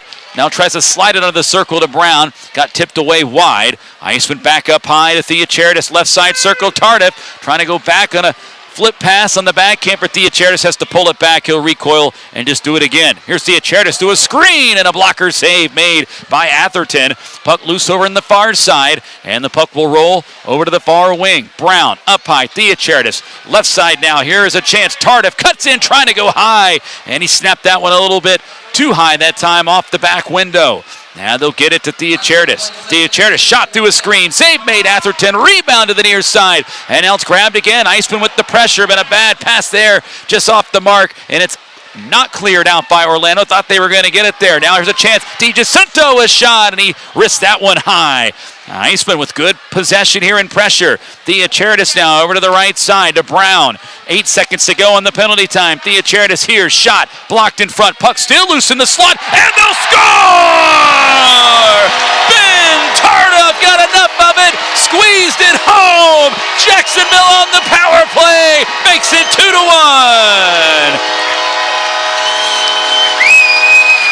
Did that hit Lodemeyer's stick? We'll see. Tardif took this shot, and it just clipped past the goaltender. This might be a Lodemeyer goal, but it was the shot initially taken in the slot by Tardif. Could have changed direction there with a tip in front. We'll see. They are going to give the goal to Derek Lodemeyer, and Derek Lodemeyer now has 2 strikes here in this game. And Jacksonville with a 2-1 lead. Derek Lodemeyer just keeps on rolling, folks. He has been fantastic. Derek Lodemeyer getting the tally now, his 26th goal of the season. So he gets the tip in front, and the Icemen, 2 power play goals. They've got the lead. Now at 19 seconds to go in the period. Orlando trying to get one last one in before the close. Here's a shot, sit in front, blocked off the body of Carkerel, and then pouncing on top of it is Parker Gahagan, and he'll jump on it for the whistle with 11.9 seconds to go. But the Icemen now with a couple of power play strikes, and they've got the lead here in this game. Derek Lodemeyer's got them both.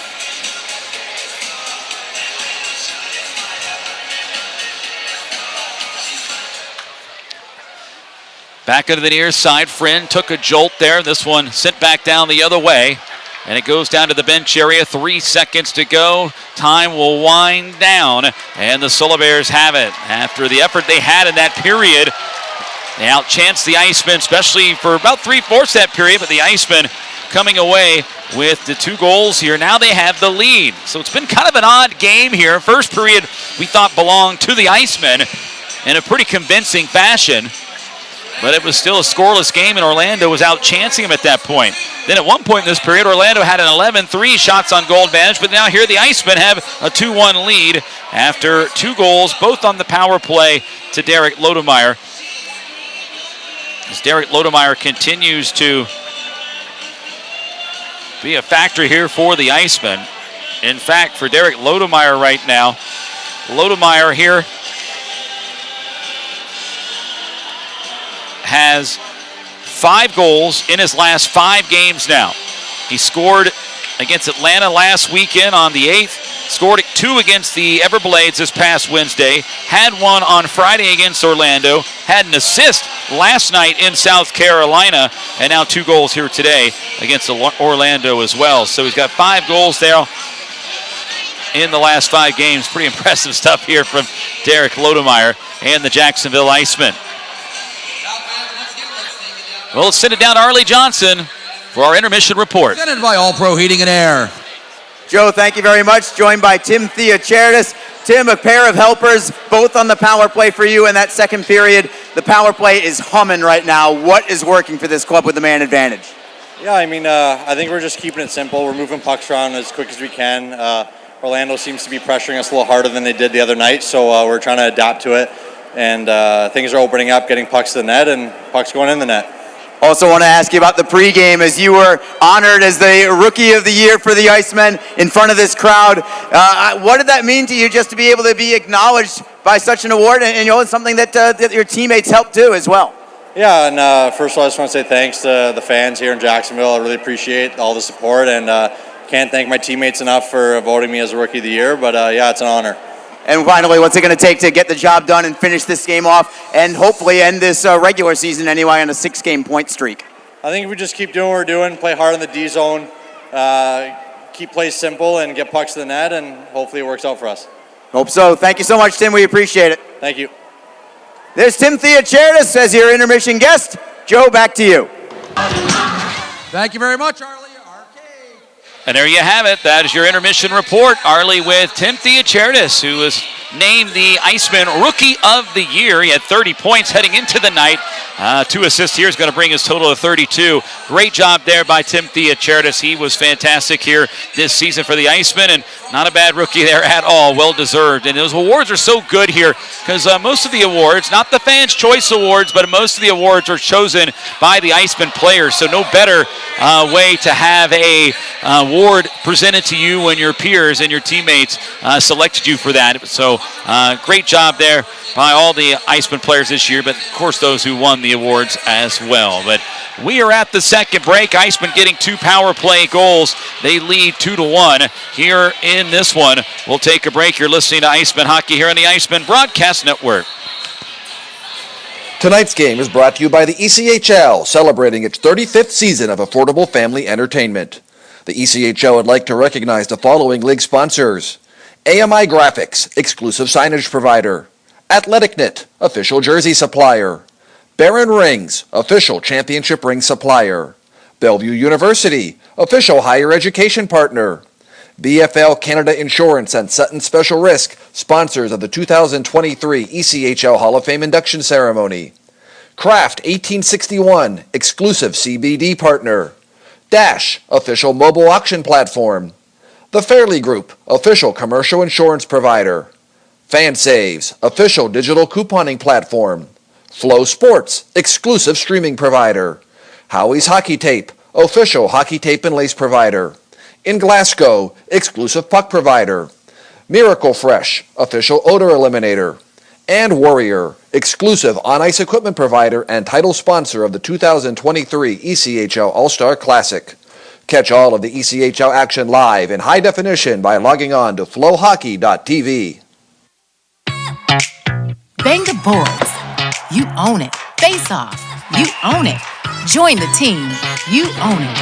Own it at Community First Credit Union. When you bank at Community First, you're not just a customer, you're an owner. And since we're a proud partner of the Jacksonville Icemen, you'll be part of this team too. It's just one of the ways we give back to the community and put our neighbors like you first, so you can live your best life your way. Community First Credit Union. Just be yourself. Don't forget, this game is being streamed live around the world today. Go to flowhockey.tv to catch all of the Iceman action and archived footage of the event. Flow Hockey is the live streaming home for the Icemen. Get the Flow Sports iOS and Android apps to watch the event live and on the go. Upgrade to a pro subscription and you can gain access to premium content on all Flow Sports sites. This includes more than 1,000 live events, original documentaries, exclusive training and technique videos, and much more. Follow Flow Hockey on Twitter, Facebook, Instagram, and YouTube to get the latest news and updates from the Icemen and other upcoming Flow Hockey events.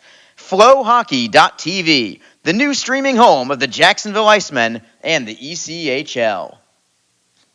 Get into the game at Best Bet. Come experience the best in card games, hospitality, and fun at Best Bet Jacksonville, Orange Park, and St. Augustine. You don't have to be a poker pro to have an exciting time. Featuring card games of all limits and easy-to-learn games like Ultimate Texas Hold'em, 3-card poker, and Pai Gow. Wager on exciting simulcast races and enjoy delicious food and drinks. Our card rooms are open Monday through Friday from 10 a.m. to 4 a.m. and 24 hours on Saturday and Sunday. Details at bestbetjacks.com.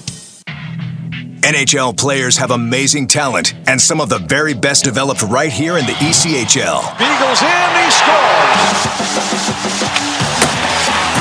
Now, follow all your favorite ECHL alumni every night on NHL Network's primetime hockey show, NHL Tonight. Both teams recognize how big this matchup is. Fire save by Dubnik. Rebound! Goosebump stuff.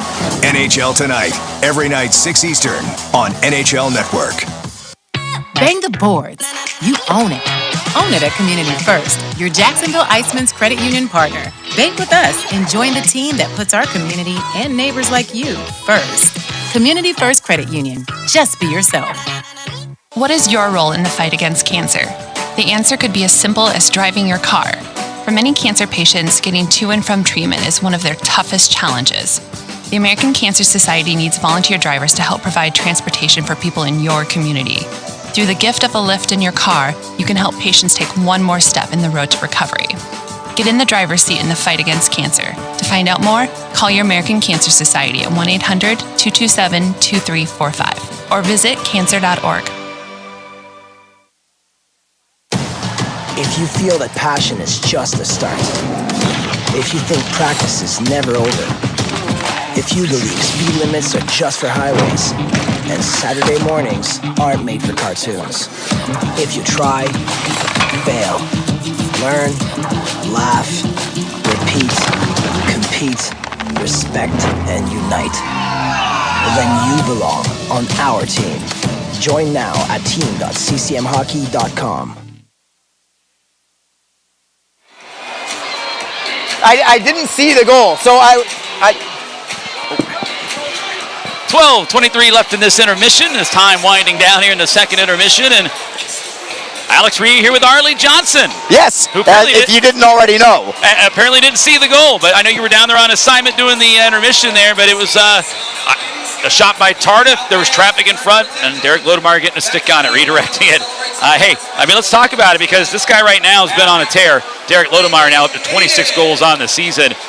He is having a career year putting it all together. Yeah, and I believe 5 goals this week, if memory serves me correctly. 5 goals in the last 5 games. Yeah, so, 5 goals in 5 games. Or isn't even 4, because he had a pair against Florida as well. Right, yeah, so I think it's 5 goals in 4 games right now you're right, for Derek Lodemeyer. So we're looking at a potential ECHL Player of the Week in the final week of the regular season. But collectively, not just him, collectively, this power play is really clicking right now. You're not going to get that many chances in the postseason typically, although there are some oddballs out there. But when you get those chances, if you can find a way to get one, you got a huge advantage. Jacksonville's penalty kill performing much better. Now the power play also doing the same thing. And the Icemen are doing the little things. And now, Reader, I finally know what it's like to leave in the final few minutes of a period and have the frustration of what just happened. How did I miss? I know. How did I miss the goal? It feels like you've missed about 20 goals this year. Yeah, I missed a lot of them. There's no doubt. By the time you hear a crowd react as you're walking down to go do the interview, or yeah, you're right. You hear the horn go off or whatever, but you're right. That's the way it goes. So you got a little taste of what it's like to go down there as we get the fans the inside scoop from the players. That's right. But, Arlie, and the power play is heating up, which is great. And, there was a time where it was a little frustrating. I think fans were like, gosh, when's the power play going to get going? But the Icemen have had so many new guys in situations, guys getting sent down, players being acquired, and they're trying to get these guys, in some kind of chemistry. And you're starting to see it now. You can see where these guys know where the other one's going to be. It takes a little bit of time, when you got new players. But now the Icemen seem to be rolling here. Power play, it got better. You saw, okay, that pass was off, that pass was off. Now it's like, okay, now you can see they're setting up chances, and now the chances are starting to go in. So it's promising to see that the special teams are doing so well and heating up at the right time, because those are going to play a big factor, Arlie, when the playoffs get going here, because I would expect there are going to be a lot of tight games, and a power play goal here or there, or one allowed against, could make the difference in a win in the series. No doubt about it. Power play goals and greasy goals. So to me, for the power plays, even though Lodemeyer is the one who got the goals, I'm actually looking at Ben Tardif and how that could affect his confidence. Now that he has a pair of helpers on these 2 goals from Lodemeyer today. So that's one person I'm looking at. And if you want to look at the greasy goal side of things, it's Cristiano Di Jacinto. I think that he is built for playoff hockey, and he's playing very well right now also. He has a total buy-in to this club right now. He's after spending probably 3/4 of the year in the American Hockey League. He could have easily come down here and just decided, oh man, this isn't where I want to be. It's the exact opposite. And Tardif, for that matter, same thing. They have both bought into what they have ahead of them here in Jacksonville, which is a potential Kelly Cup championship caliber team. Not potential, they are a Kelly Cup championship caliber team. Whether they put it all together, we'll see. But those are the guys that needed the chemistry. It appears that they're gaining that chemistry. They're both on that top power play unit. And even before that goal, there was only a few seconds remaining on that power play, but that was in the offensive end pretty much the entirety of those 2 minutes before finally they beat the door down and scored on the final few seconds of that power play. I think the possession tells me almost as much about where the Icemen are right now as the goal itself. Yeah, exactly. And that's it. I mean, that's it. And you said it right there. And again, I love that you started that segment, that session there with a little bit of, garbage goals, greasy goals, because, in the playoffs, they don't need to be pretty. And there's not a lot of pretty goals. It's all about the hard work and the grit. And the Icemen are going to get plenty of that when they face their first round opponent in the Greenville Swamp Rabbits. And let's talk a little about that upcoming series, Arlie. I know one of the questions I know that Nick Luco has been asked a lot, and, who would you rather see? And I'll tell you right now, there's no bargains in the South Division. And it's a careful what you wish for situation. And he didn't really have an answer. He was, I don't have an answer. There's no bargain, really. I mean, all the teams are so ready to go. The top 4 are the best. And there's no doubt about it. But he did say, one thing he did say was he thought that maybe Greenville was that team that was probably the most built for the playoffs because of the way they play. They work hard. They are gritty. They play hard. They've got the guys that play that way. And, that's kind of the style that they play, and they're always hard-working affairs. I mean, any game the Icemen have had against them, and they've got the winning record against Greenville this year, but they were 60-minute games, or if not longer. It had to go to overtime, but they were hard-working efforts by both sides. I mean, I expect much the same to happen when things get going on Friday here in this building, but that was what Nick Luco said, that he felt like they were the most kind of built team, built to be a playoff team, and I guess we're going to find out. I think so, too, and Greenville is built that way, and I think they've got great coaching from Andrew Lord to go with it also. But if you're looking at it from the outside looking in, and you're not coaching one of the teams in the South, if you're asking an independent, who do you think is the most built for the playoffs? I think the majority of people would say Jacksonville is most built for the playoffs based on their current roster right now. Getting a guy like a Cristiano Di Jacinto who can add a little sandpaper to the game. Having a guy like Derek Lodermeyer who can station himself at the top of the crease and pot these couple of goals from right on the doorstep. Having a guy like Ben Tardif or a Brendan Harris who are capable of stick handling in a phone booth. But the other side, having the defense, having the goaltending right now, having the discipline right now. No silly penalties from this Icemen team. Very rare do you see that. So to me, not that I'm trying to say give a biased answer here, but I think most people outside of the division, if they asked who is most playoff ready on paper, I think by maybe a small margin, but I think a lot of people would say Jacksonville is the team most equipped, and that's going to make for an exciting matchup, of course. I think that these games are all going to be one-goal games, maybe 2 goals with an empty netter. I expect multiple overtimes in this series as well because everybody is matched. And I would say the same thing probably for South Carolina or Florida as well. I think the only exception to that, maybe South Carolina might find Florida napping on occasion. Yeah. They do that this year as opposed to other years. But I think for the most part, that series is going to be nip and tuck.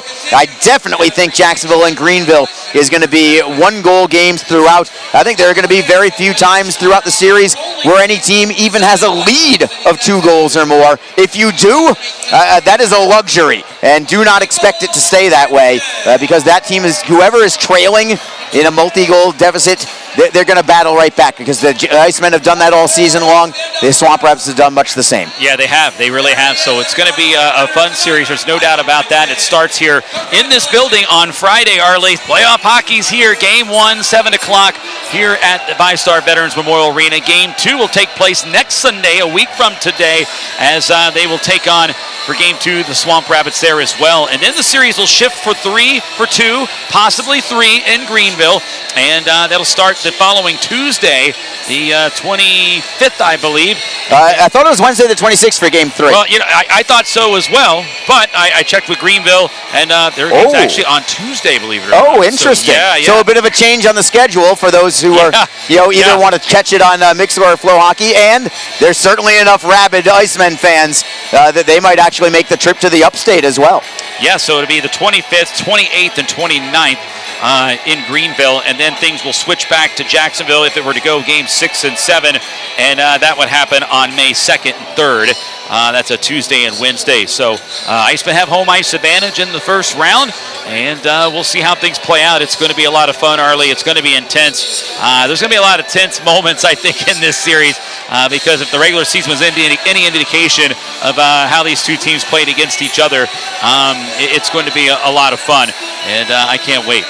And if you want to get into the heads of the Icemen and how they feel mentally going into this playoff season, into the Kelly Cup playoffs, I had a quick chat with Jacob Friend before the game today, welcoming him back. It's good to have him in uniform once again. And I asked him, how do the guys feel? They feel like they are ready for this postseason with guys coming back. He said, well, last year we thought that we were playoff ready, and we were. This year we think we're better. Yeah. And that's all I needed to hear. Said, okay, go get him then, Friendy, and see what happens, because this is a very confident bunch, but they also don't take anything for granted, not by a long shot, because this division is just too good to feel any other way. Yeah, it really is too good, Arlie. It's just going to be unbelievable to see how the South Division goes, and I'll tell you, whoever comes out of the South is going to be a force to reckon with here. I think they're going to be the most battle-tested, and then no offense to anybody in the North, there's some good teams up there, but they better be ready for hard work, because, I mean, these teams, that's what the South Division's been been doing all season long, just work. And we've seen it in games. Nick Luco said it a bunch of times. You can't take a period off in the South Division because it's going to cost you. You're going to lose the game. And that was often the case the way it worked out this year. So you had to bring it 60 minutes. So it's going to be a lot of fun to see. I can't wait. And it's all going to start here this Friday as we get things going here early. And, looking at the North Division, we were talking about a big game here. Big win for the Adirondack Thunder, who sweep in and grab the final playoff spot there in the North Division over the Worcester Railers, who set the league record to start the year for most wins to start off the season. And then after that, they kind of cooled off. They lost some players, and they kind of hung around in fourth. And then the Thunder, they kind of got things going that weekend. They came down to play Jacksonville. They actually got a win, I believe. They did. And then that kind of got them fired up a little bit. And they went on a tear. They were kind of far out. They have made up a lot of ground in a hurry, and it pays off here today. They get the win over Worcester, and they are headed to the postseason. What a rally by the Adirondack Thunder. Very impressive. Absolutely. And I'm not sure if we're going to address the other divisions in our podcast coming up this week. And by the way, stay tuned for that. That's going to come up on the Jacksonville website, on JacksonvilleIcemen.com. But I'll give you a little preview from outside the division right now. If we're going to go over some predictions, I'll give you a little nugget right now. I think that Adirondack defeats the Newfoundland Growlers in round 1 of the North Division semifinals. I think that Adirondack is built for the postseason right now. I think they're playing well. I think that Newfoundland has seen their better days at this point, and they are ripe for the taking. Adirondack played well against Newfoundland as well this year, including a trip up to St. John's just a few weeks ago where they performed very well. They can beat them on the road. They're playing their best hockey. And they've been playing playoff hockey for the last month and a half as well. So that is my pick to click. The 4-seed Adirondack Thunder. I think they're going to knock off the number 1 seed in the North, Newfoundland, in round 1. Wow, that is bold. Well, hey, time to start a ride here. Third period, let's go.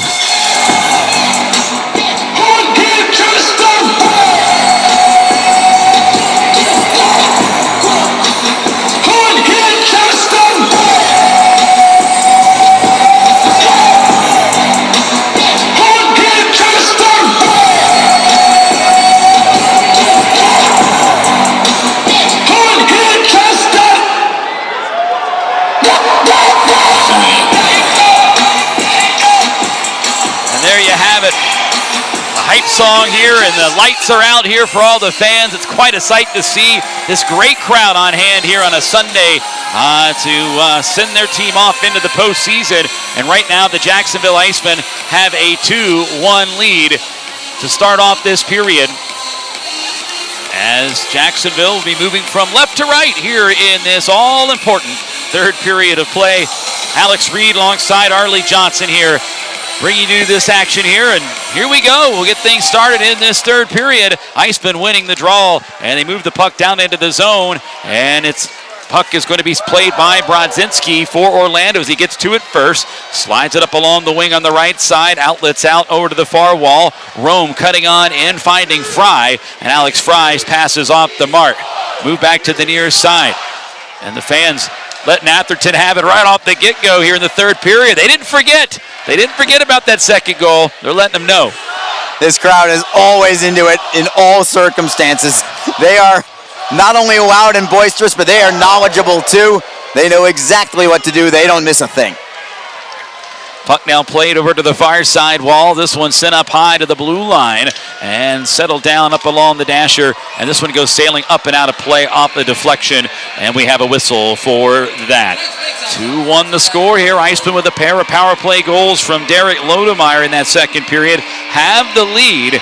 And now they have a face-off coming deep down in their own zone here. Our lead shots are 20-12 in favor of Orlando at this juncture in the game. I see Sean Sidlowski out there right now. Have I seen him all game long? I'm not so sure that I have.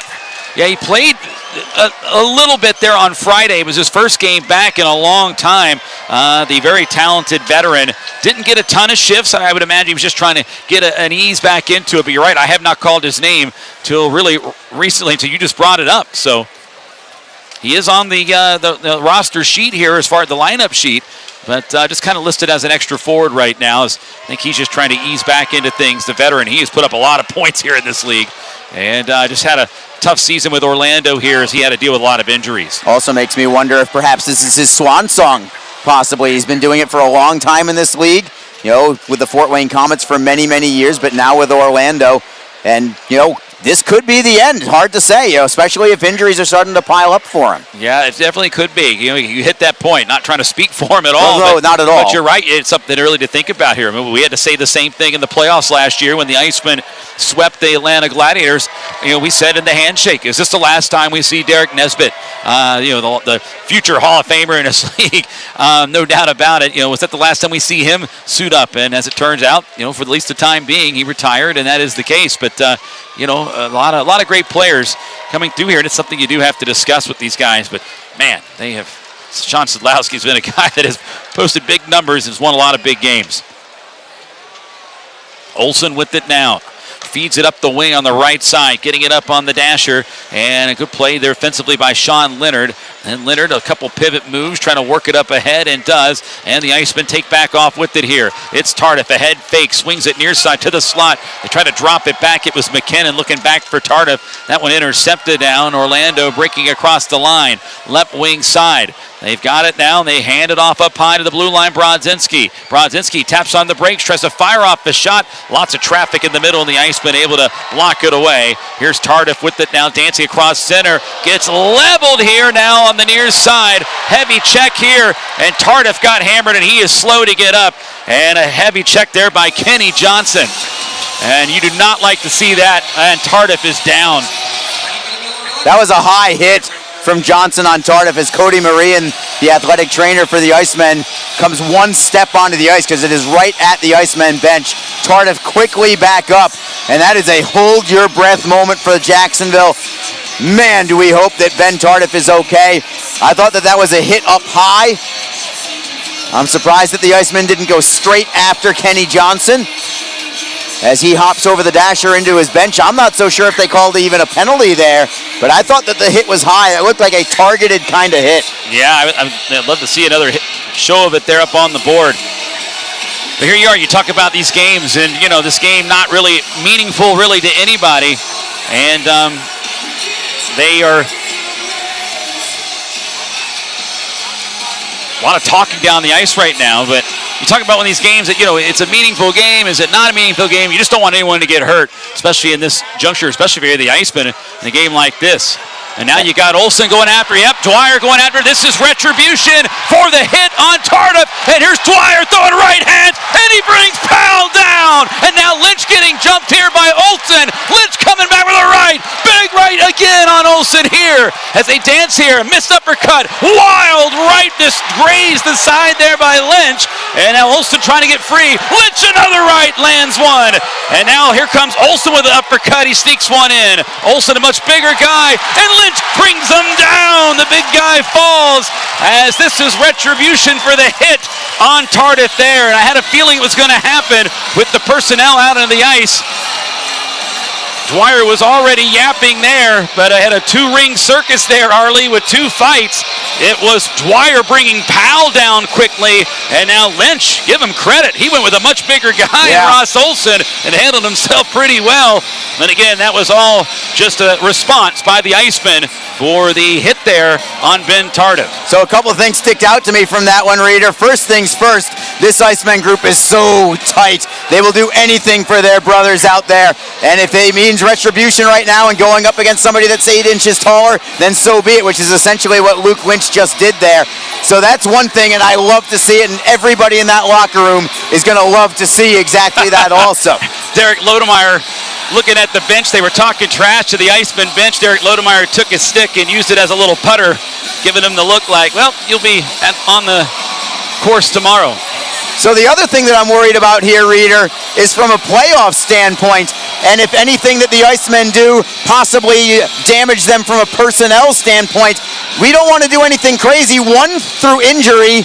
2, through a possible suspension. So yes, you want to have some retribution from what I thought was a nasty hit, but you also have to do it in a disciplined way. I think the Icemen are going to be okay here. It looks like they're okay health-wise, but was there a second altercation which could potentially result in a suspension? I don't know. It seemed like both of those fights with Dwyer for Jacksonville with one and Lynch for the other seemed like they were simultaneous. I'm not sure if you can ever possibly have some sort of suspension in there, but you know, the personnel side of me says you have to be smart about this because you can't afford to miss a Luke Lynch in game 1. You can't afford to lose a Mackenzie Dwyer in game 1. Greenville already has lost a guy as Justin Knockbar has been suspended for 2 games. He's going to miss the first 2 games of the series because of what ultimately was a silly game misconduct in their last game of the regular season. Number 5, Mackenzie Dwyer, 5 minutes each for fighting.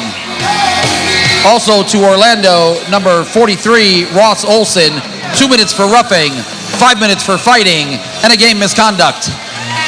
Also to Jacksonville, number 9, Luke Lynch, 5 minutes for fighting, and a game misconduct. Time of the penalties, 3 minutes, 3 seconds. Well, yeah, game misconduct. That goes because it was a second altercation, Arlie. So Olsen and Lynch are out. Icemen are going to get a power play out of this as the extra penalty was put up on the board. And now the Icemen will try to get something going here and add to their lead. Left side, they get it here. And guess who's out there? Ben Tardif. Great to see after taking that big hit. So it's great to see that he's all right. He's already out here on the power play. I was curious to see if he would. And a wrister here by Orlando the other way. They send one down in on Parker Gahagan. You know, I just want to point out here, you know, Mackenzie Dwyer, he's a pretty big guy at 6'3". They took on Jay Powell at 6'7", and was able to bring him down. And then Luke Lynch, who stands at 5'11", going up against Ross Olson at 6'4", 220 pounds. I thought he handled himself pretty well. I thought they both did. He snuck in a couple. I know he missed 1 or 2, but he snuck in a couple.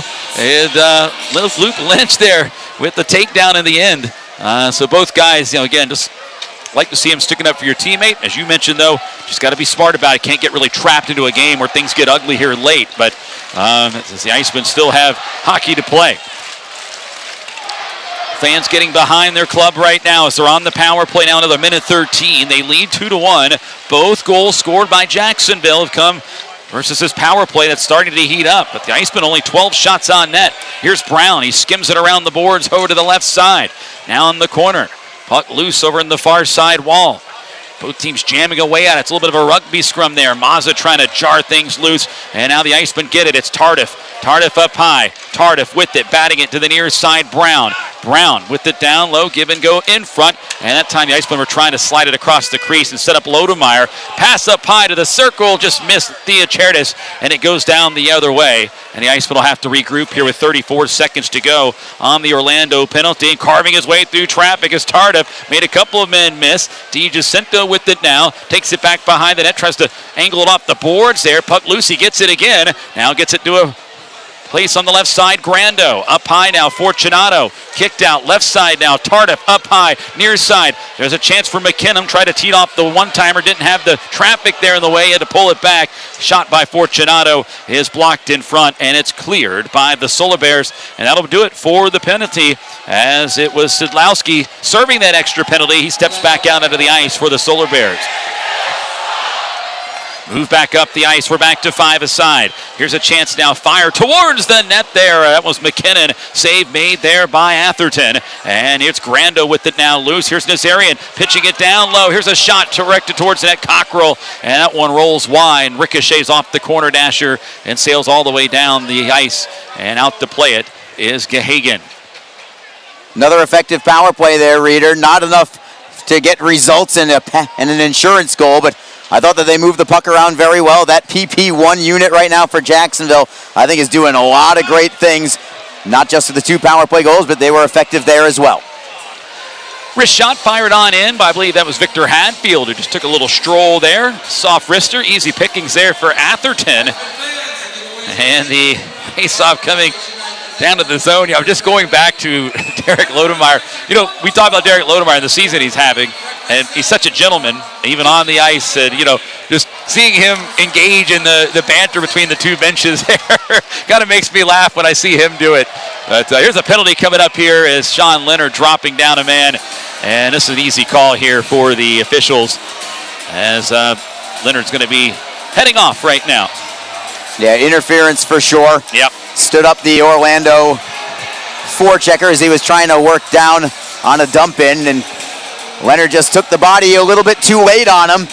And so the Icemen specialty teams has definitely been key today. They'll have to be at their best right now, down a man. Orlando, by the way, has given up quite a few shorthanded goals, 12 of them. And the Icemen have hit a bit of a flurry again for shorthanded goals, up to 15 on the season. That is tops in the ECHL. One more today, and I think that they'll seal it as the top mark for most shorthanded goals in the entire league. Yeah, they might be able to take an opportunity here to jump on it as Orlando gets set right now for this face-off. The Icemen have been very opportunistic when they've been shorthanded this season.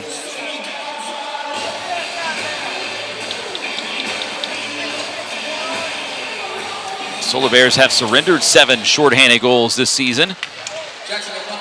Solar Bears win the draw. Brodzinski with the puck. Now the Icemen lose a stick here. Here's a shot fired. This one off the deflection, goes off the safety mesh.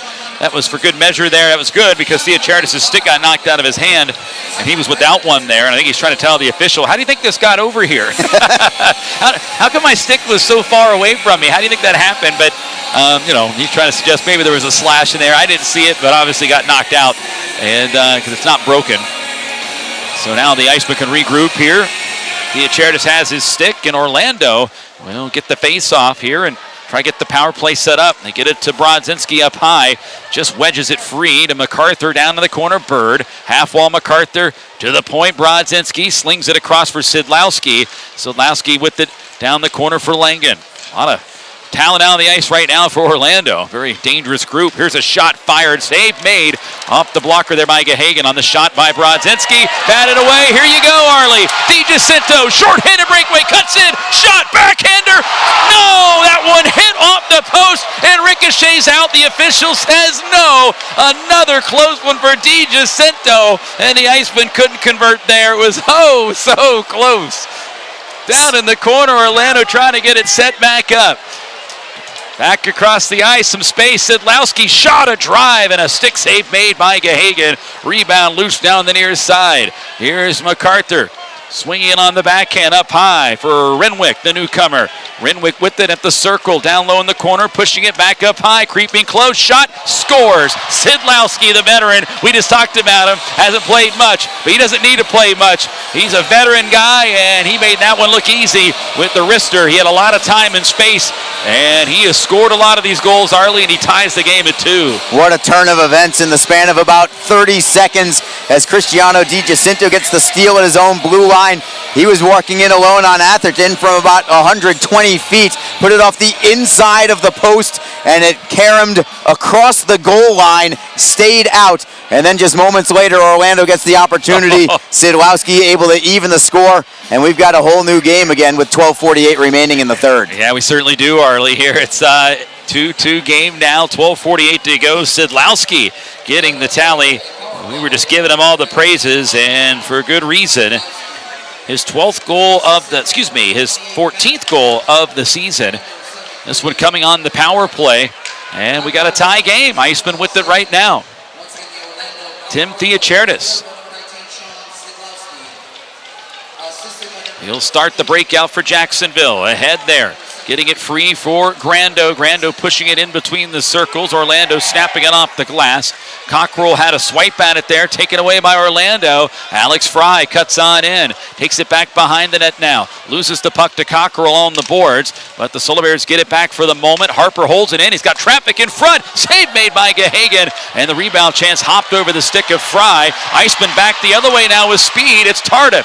Tardif with it down the corner, and he bumps there with Harper. Tardif with it again, and we get a whistle here. And what are they calling here at the moment? I think they're calling a penalty on the Icemen for slashing. So slashing on Tardif, and Tardif's going to head off here, and the Icemen are going to be short-handed again with 11:54 to go here in the third in a tie game. We'll take a break. You're listening to Icemen Hockey here on the Icemen Broadcast Network. Fans, don't forget that you, your friends, or coworkers can enjoy the exciting action of Icemen Hockey comfortably above the ice in a spacious luxury suite or at ice level with our new ice boxes, available for all Icemen home games. Both options offer food and drink and make for a great way to entertain your company's employees and top clients. For more information and to check game date availability, contact the Icemen office at 904-602-PUCK. or log on to jacksicemen.com. Icemen Hockey, feel the freeze.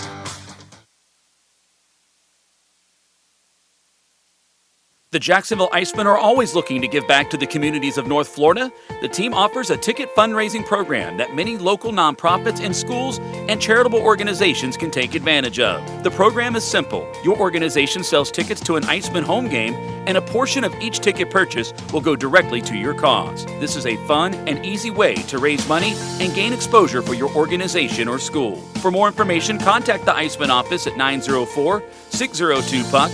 That's 904-602-7825, or log on to jacksicemen.com.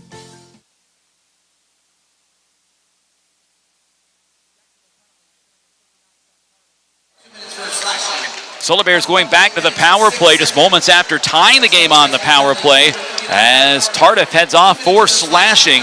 And the Icemen back on the penalty kill right now. Here's Langan trying to bring it back in front. Dropping it back now, left side, MacArthur up high, Brodzinski. MacArthur curling, goes right side circle. Here's Sidlowski, another shot. This one off a stick and goes off the safety netting.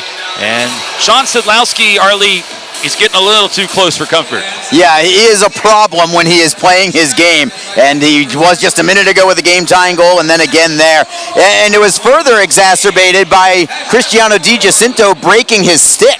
Actually, it might have been Mackenzie Dwyer who broke his stick, and Di Giacinto had to hand Dwyer his stick. That's what you're taught to do. There was a broken stick on the ice, so it was really 5 against 3.5 there, and the Icemen very fortunate that that puck ended up out of play. Diachertis bats it around the boards, and Zarian's going to get to it first. He gets the puck, drives it back down on the clear into enemy territory, and it'll be handled by the Solar Bears. They'll bring it on up. It's Easton Brodzinski. Brings it across the line. I keep saying Easton. I don't know why I did that. I don't know why I've done that. I don't think I did that all year. You haven't. Right now. And here we go. But hey, Easton's probably listening in the room there, and he's probably laughing his head off here. But Michael Brodzinski will clear it on down. And another clear for the Icemen. You will absolutely hear about that. I 100%. The boys are already laughing down there in the room, unless he's up there into the section across from us on the upper deck. But somebody heard it, and someone's going to tell him. They still battle on the boards right now. Lodemeyer gets a chance. He's going to go shorthanded the other way. Lodemeyer's shot hit the crossbar. That was for the hat trick, and the Icemen can't buy a goal right now. They are absolutely abusing the metal on the net, and a good chance there, a good-looking shot, and another chance for the Icemen to score one shorthand, and that would have been for the hat trick for Lodemeyer. What's it going to take for the Icemen? Here they come again, shorthanded. Here's Grando, who gets but for sure they took a swipe at his head and dragged him down. Icemen bench can't believe there was no call on that exchange. Fans not liking it either. They've got a good argument there, Arlie, but play continues here. As Grando, he might have had a step on the defender that time. The defender got beat. Here's a chance for Orlando again. They bring it in front. It's Rome, paddled aside by Gahagan. Penalty is over. We're back to 5 aside. Orlando with it on the near side. They get it down low. In the half-wall area now, it's Rome. Up high, Renwick, a shot, a high riser, caught into the glove by Gahagan with 9:38 to go here in a 2-2 game. We've got yet another media timeout here. Icemen in a 2-2 score here halfway through the third. You're listening to Icemen Hockey here on the Icemen Broadcast Network. Tonight's game is brought to you by the ECHL, celebrating its 35th season of affordable family entertainment. The ECHL would like to recognize the following league sponsors: AMI Graphics, exclusive signage provider; AthleticNet, official jersey supplier; Barron Rings, official championship ring supplier; Bellevue University, official higher education partner; BFL Canada Insurance and Sutton Special Risk, sponsors of the 2023 ECHL Hall of Fame induction ceremony. Kraft 1861, exclusive CBD partner. Dash, official mobile auction platform. The Fairley Group, official commercial insurance provider. FanSaves, official digital couponing platform. Flow Sports, exclusive streaming provider. Howie's Hockey Tape, official hockey tape and lace provider. In Glasgow, exclusive puck provider. Miracle Fresh, official odor eliminator. And Warrior, exclusive on-ice equipment provider and title sponsor of the 2023 ECHL All-Star Classic. Catch all of the ECHL action live in high definition by logging on to flowhockey.tv.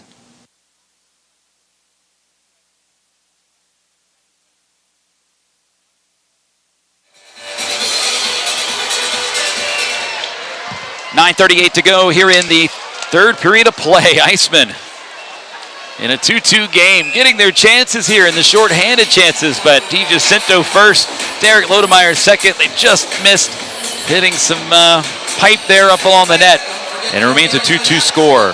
Yeah, Orlando very vulnerable to the short-handed goal against, and when you've got an opportunistic penalty kill like the Icemen have, look, their penalty kill is very good, but they're also opportunistic.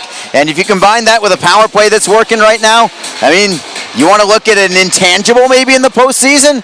That could be your intangible if the Icemen can find a way to get a couple of shorties somewhere along the way in the Kelly Cup playoffs. Icemen with it, they drifted across the ice. This one settled down, backhanded ahead. Here's some space left side. DiGiacinto cuts in, curls, and snaps one high off the glass behind the net.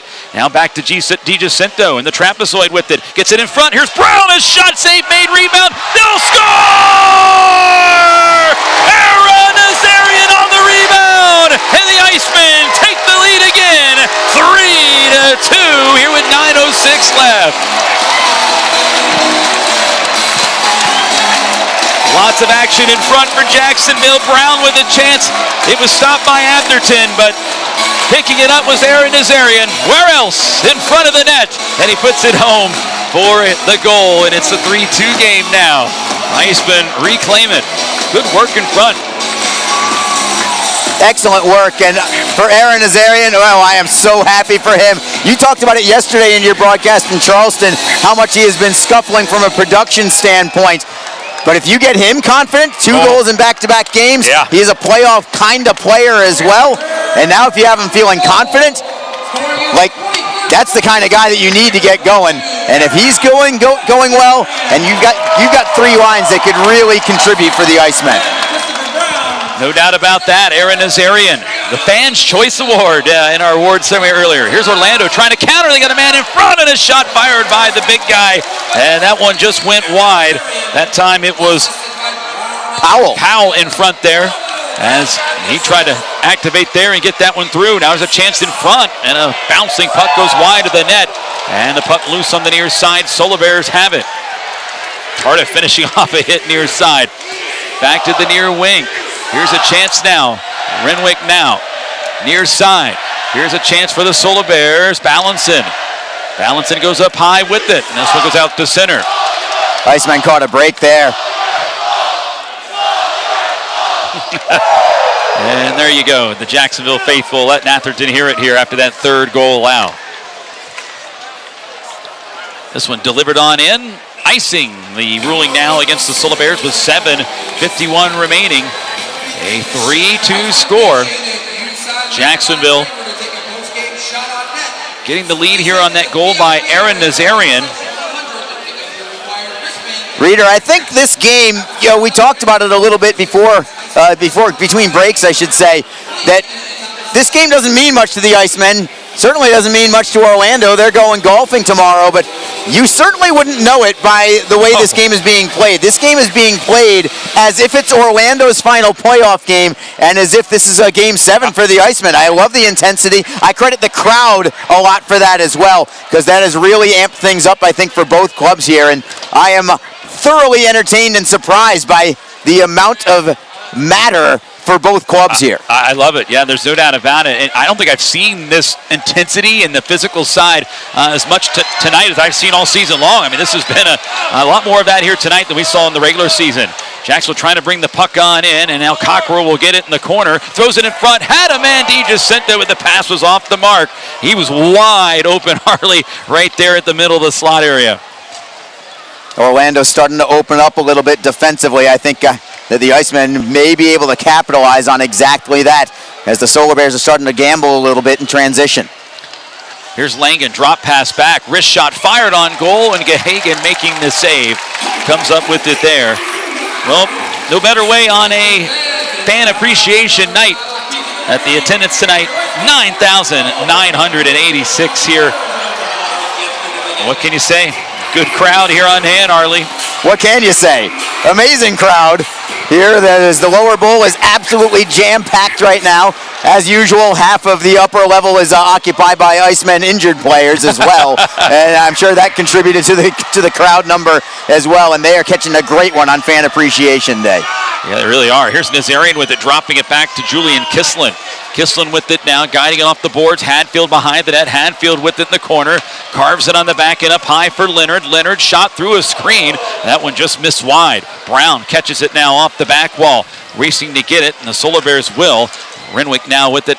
6:25 to go. He moves it ahead, left side for Bennett MacArthur. Foot race for it. Kislin will guide it along for Leonard. Leonard chipping it off the near boards over for Tardif. Tardif stretching it across for Kislin. Kislin with it now. Kislin's got it, dropping it back. McKinnon from the slot. A shot, that one blocked off the body of Harper, and Harper uses the dasher to clear it the other way. Tardif circles back, wheeling across center. Nice pass here through traffic to get it to the right wing. McKinnon's got it half wall at the dot. Shot gives it another crack there, but Powell gobbles it up in time, and he moves it ahead up along the wing, and the Solar Bears dump it deep now. 5:48 to go. Puck loose up along the end wall and handled down the corner. Moved up left side wing. This one delivered. Down up along the end wall. Sent around to the corner on the near side, and this one chipped back out to the blue line. Jacksonville there to retrieve it. Thea Chertis, aggressive forecheck there.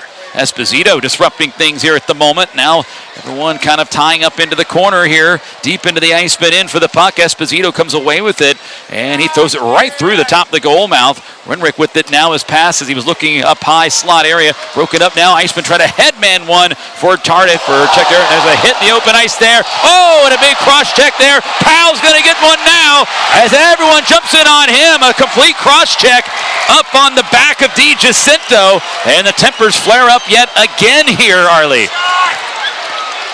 They separate as the linesmen get in, but Powell took a hit there in the open ice, didn't appreciate it, gave a pretty stern cross check there on the back of DiGiacinto, and Lodemeyer and company came in his defense. As nasty a game as we have seen all year, and as meaningless a game as we've had all year. No kidding. Especially between these two teams. When they play, it's usually not. Hats off to Lodemeyer getting in there as well. And then DiGiacinto says, thanks, I'll take it from here. And then the linesman jumped in. But I'll tell you what, it's the most spirited game we've had between these two teams all season long from a physical nature, Arlie. Yes. When these two teams play, it's usually tight, and it's tight checking, but it's not anything like what we've seen here tonight. And this almost seems like these two teams are fighting for the division title here tonight. Well, the Icemen are playoff ready right now. Orlando, summertime ready, but maybe it'll charge them up for next season. Very curious to see what the penalties are going to be here. Most specifically, whether Jay Powell is going to get a 5-minute major for cross-checking. That's what I'm wondering. I wonder if it's going to be a 5-and-2 potential situation. Here's Joe Massa. To the game, right? Oh, actually, they're just doing the crash to the game right now. But I see it as a potential 5-minute, 2-minute. Look, I'm not wearing the orange bands. I'm not quite sure how it's going to go. But this is a pivotal decision here for the two referees as well. Tyler Haskell and Rocco Stahoviak. 1-goal game, final 5 minutes. You know, they're probably in a position where they're thinking, how do we make this even? Yeah. You know, just so so we don't impact the game. Yeah, I know, that's it. That's where, you know, it's been such a good game. It's been very entertaining, no doubt about that. A lot of passion here on both sides. And it's great to see. I just don't know if we were expecting this type of game. But we definitely are getting one. Curious to see right now for the Icemen. Their season high for penalty minutes, only 36. And they just at least tied it, at minimum, with Lodermeyer in the penalty box. And there are 2 minutes on the board right now for Orlando as well. It might be an extra 2 minutes to Powell. And that was a dangerous cross-check. That could have done a lot of damage. Open ice, blind side, absolutely uncalled for. After a good clean hit by DiGiacinto, also at open ice, that Powell took exception to. Well, in a game that has had a lot of big hits on both sides, I think both teams are pretty sensitive right now about any kind of big hit moving forward. Here's your penalties. 2 minutes for roughing and 2 minutes for cross-checking.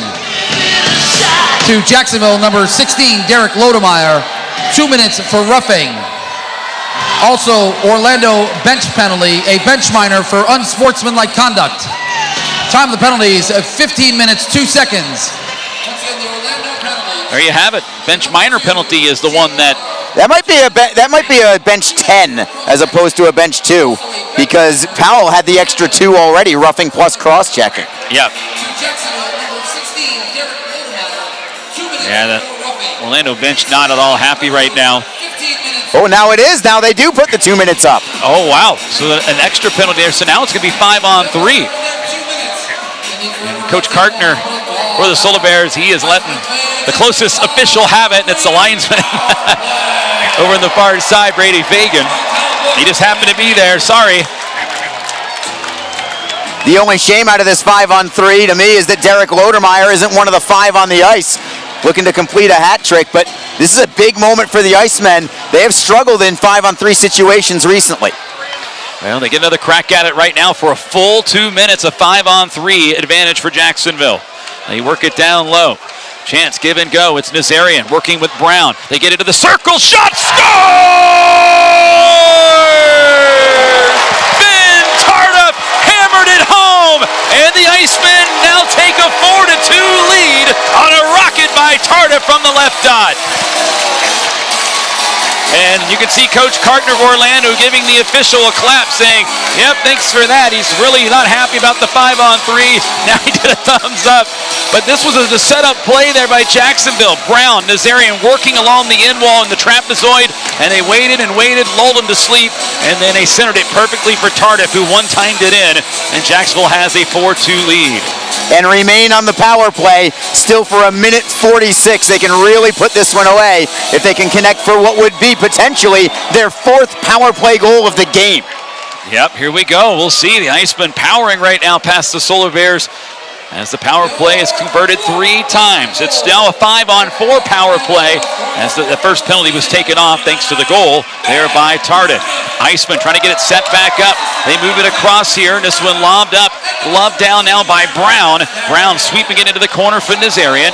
Nazarian twisting it back to the circle. DiGiacinto up high. Tardif at the center point, right side for Brown. Brown up high for Tardif. Tardif now with it. Soft pass over the left side, DiGiacinto.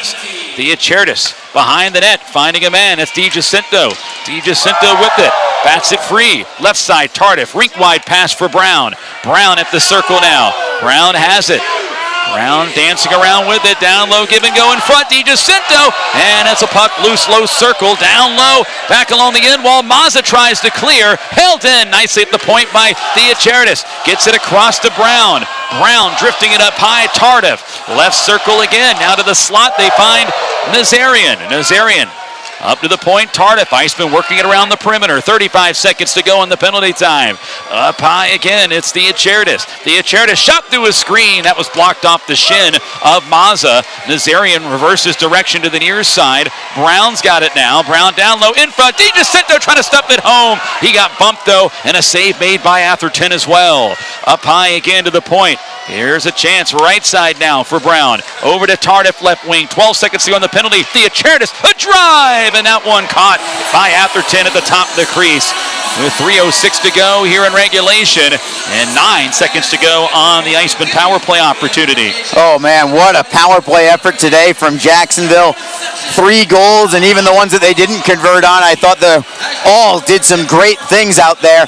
Same situation there. They had puck possession for well over a minute in the offensive zone. Couple of good shot attempts. Atherton with some big saves. That glove save on Theocharidis just then was in some traffic. He was able to spot it as the Icemen nearly put this one away. Still up by a pair with 3 minutes to go. This one moved back the other direction now. Here's an opportunity brought in on the left side. And a hit delivered all on the near side. Penalty is over. 2:52 to go.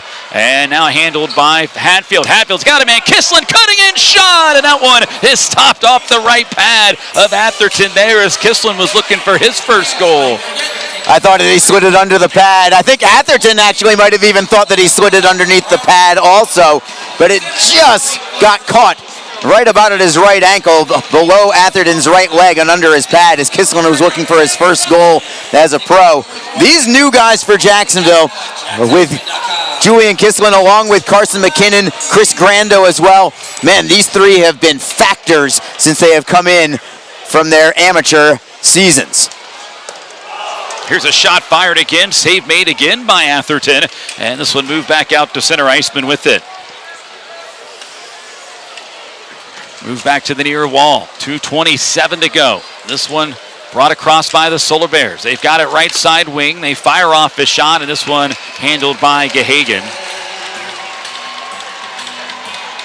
4-2 game. Iceman with the lead. 2:21 left. And on this whistle, Jay Powell comes out of the penalty box.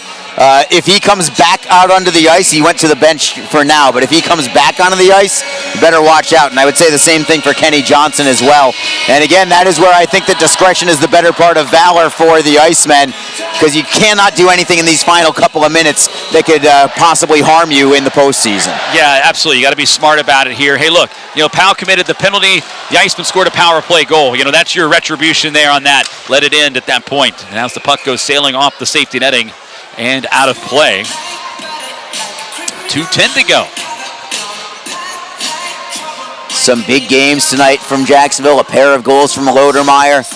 Ben Tardif, a 3-point day for him with a goal and 2 assists. So seeing Tardif score, seeing Nazarian score, those are guys that were struggling and gripping the stick a little bit, finding the net, but they have each found it here in the final game of the regular season. Sometimes it only takes one to feel awful good about your game, and it could not happen at a more appropriate time for the Icemen right now. No, I couldn't agree more there. As Renwick with it, getting some pressure. The minute 55 left. Icemen trying to get back here. The fans getting behind them. Over 9,000 here in the building. They work up to the blue line. This one goes out the other way. Move back ahead. Surprised that Atherton's not heading to the bench in a 2-goal game. Yeah, I am too. You think maybe that would happen. Minute 32 left. And this one sails down. This is an icing against Jacksonville with a minute 31 remaining. And we got a whistle here. More chirping at center ice. These guys just don't want to say goodbye to each other. That's really what it comes down to. I think the Icemen just want to make sure that the Solar Bears have a nice long summer, and they just want to make sure they're wishing their best for a fine off season. While the Icemen continue on, Game 1 Friday night in the South Division semifinals against the Greenville Swamp Rabbits. Offensive zone draw for Orlando here with a minute 31 to go. Drennan Atherton stays in net, and I think the Solar Bears have called off the Dogs. Yeah, I think so. I mean, they've some talking there amongst the benches there. Sidlowski, he's still standing on the ice right now. That's pretty funny.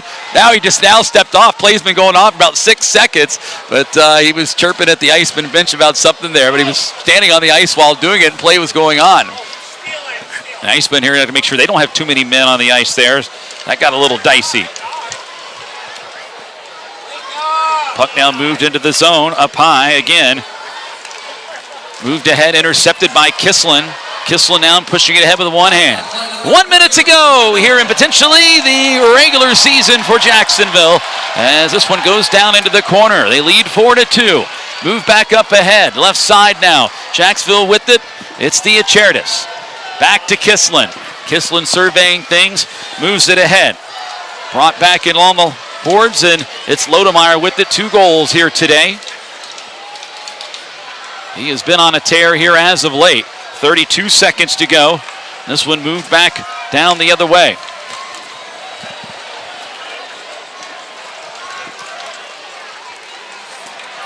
.20 seconds left to go with 4-2 the score. Jacksonville with it now in front of the penalty boxes. Move back ahead up along the right side wall. And this one now handled across the ice. This one tipped back down to the zone. 8 seconds left. Icemen with it. They'll retreat back behind the net. The fans come to their feet. Their team picks up a 4-2 victory here today.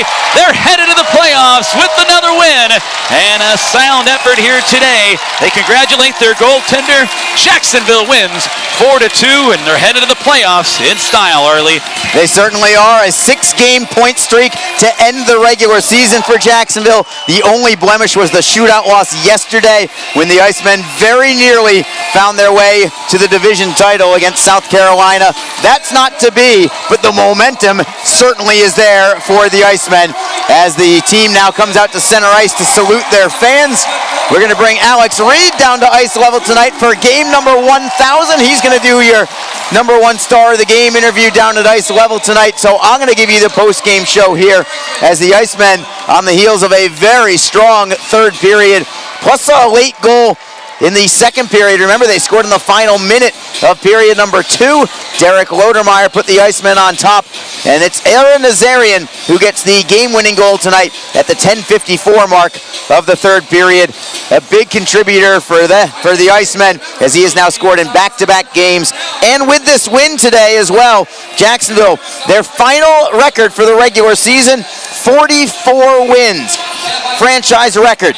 23 losses, 3 overtime losses, 2 shootout losses, 93 points. That is also a franchise record.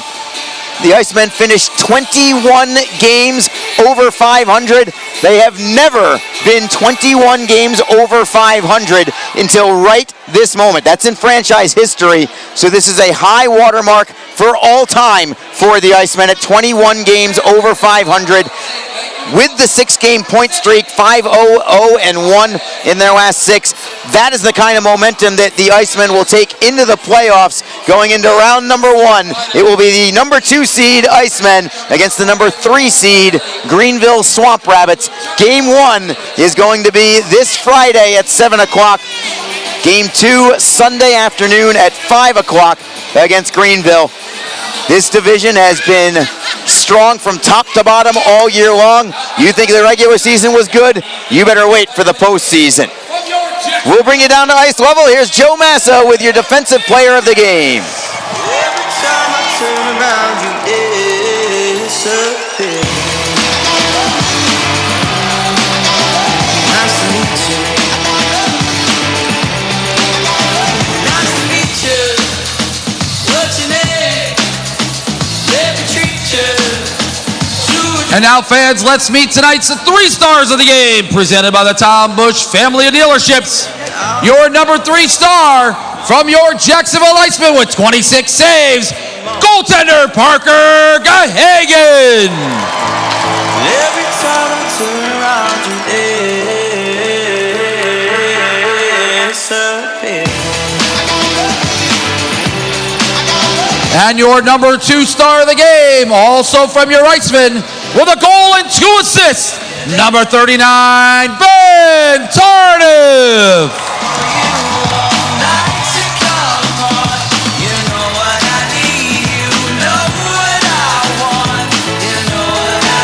And now let's meet tonight's number 1 star of the game with a pair of goals, number 16, Derek Lodemeyer.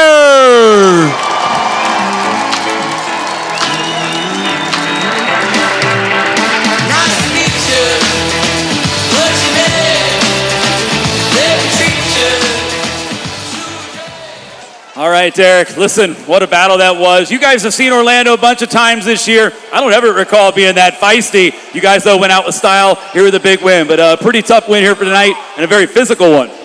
Yeah, I guess save the best for last there, but good to get 2 points, finish on a high note here. We're excited for next Friday. Absolutely, and look at your play right now. You now have 6 goals in your last 5 games. You're heating up pretty well here. I know your teammates, you'll probably say, have a lot to do with it, but listen, give yourself credit. You've been going hard to the net. Yeah, it's my teammates. No, it's been going well.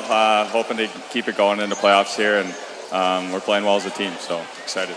We'll talk about playoffs again. You just mentioned you're playing well right now. You got home ice advantage for the first 2 games. You got this crowd here behind you. What do they do for you when it comes to that 7th man? Yeah, 7th man for sure. These are the best fans in the league. We're so grateful to have all you guys here support us. We're excited for Friday. We know you guys will bring the noise. So. All right, Derek, best of luck the rest of the way. We'll be chatting. Great job tonight. We'll see you next Friday when the playoffs start. Thanks, Reader. Congrats on 1,000. Thank you very much. That is Derek Lodemeyer, your number 1 star of the game, here for the Icemen's big win, 4-2 over Orlando. Joe, back to you. And fans, once again, let's And Reader and Derek, thank you so much. Derek Lodemeyer, your number 1 star of the game. A pair of tallies today, both in the second period, that really kind of got the offense jump-started for the Icemen. And what a week for Derek Lodemeyer, potential ECHL Player of the Week nominee. 5 goals this week alone. Remember, he had a game-winning goal in Florida on Wednesday night, netting the game winner with just 41 seconds to go in that one. Also had a big goal over the weekend as well against Orlando, and then finishing it off with a pair for this evening to top it all off, and again, end up a regular season of all the best for the Icemen. 21 games over 500, 6-game point streak to end the year, 44 wins, 93 points, all franchise bests for the Icemen. But now, their record is officially 0-0. Playoffs begin on Friday, the Kelly Cup playoffs, as the number 2 seed Jacksonville Icemen will host the Greenville Swamp Rabbits as the number 3 seed. It is a best-of-7 series. All series in the Kelly Cup playoffs are best-of-7. 16 teams advance, top 4 teams from each division. And it starts here on home ice. Friday night at 7 o'clock is game number 1. Sunday night at 5 o'clock, late afternoon, is going to be game number 2. This series will shift to Greenville for 3 games in the middle of the week. Games 6 and 7, if necessary in that series, will be here in Jacksonville on Tuesday, May 2nd, and Wednesday, May the 3rd. If the Icemen advance from that, then it's on to the South Division Finals, where they would face either the South Carolina Stingrays or the Florida Everblades. Let's go through the scoring with you real quick before Alex Reed comes back up top, and we can discuss his 1,000th game as well and how it felt for him to do that. I'll definitely ask him that. Scoreless first period, and there didn't seem like there was a whole lot going on, but man, did things start ratcheting up intensity-wise and offensively in this game in the second period. Orlando scored first just 43 seconds into the second period. It was Tyler Bird, his 16th of the year. But the Icemen respond with a pair of power play goals. They had 3 power play goals on the evening. Derek Lodemeyer had the first 2 of them. He tied the game at the 14:27 mark of period number 2, his 25th goal of the year. Ben Tardif and Tim Theocharidis assist on Lodermeyer's first goal. The same tandem assisted on Lodermeyer's second goal.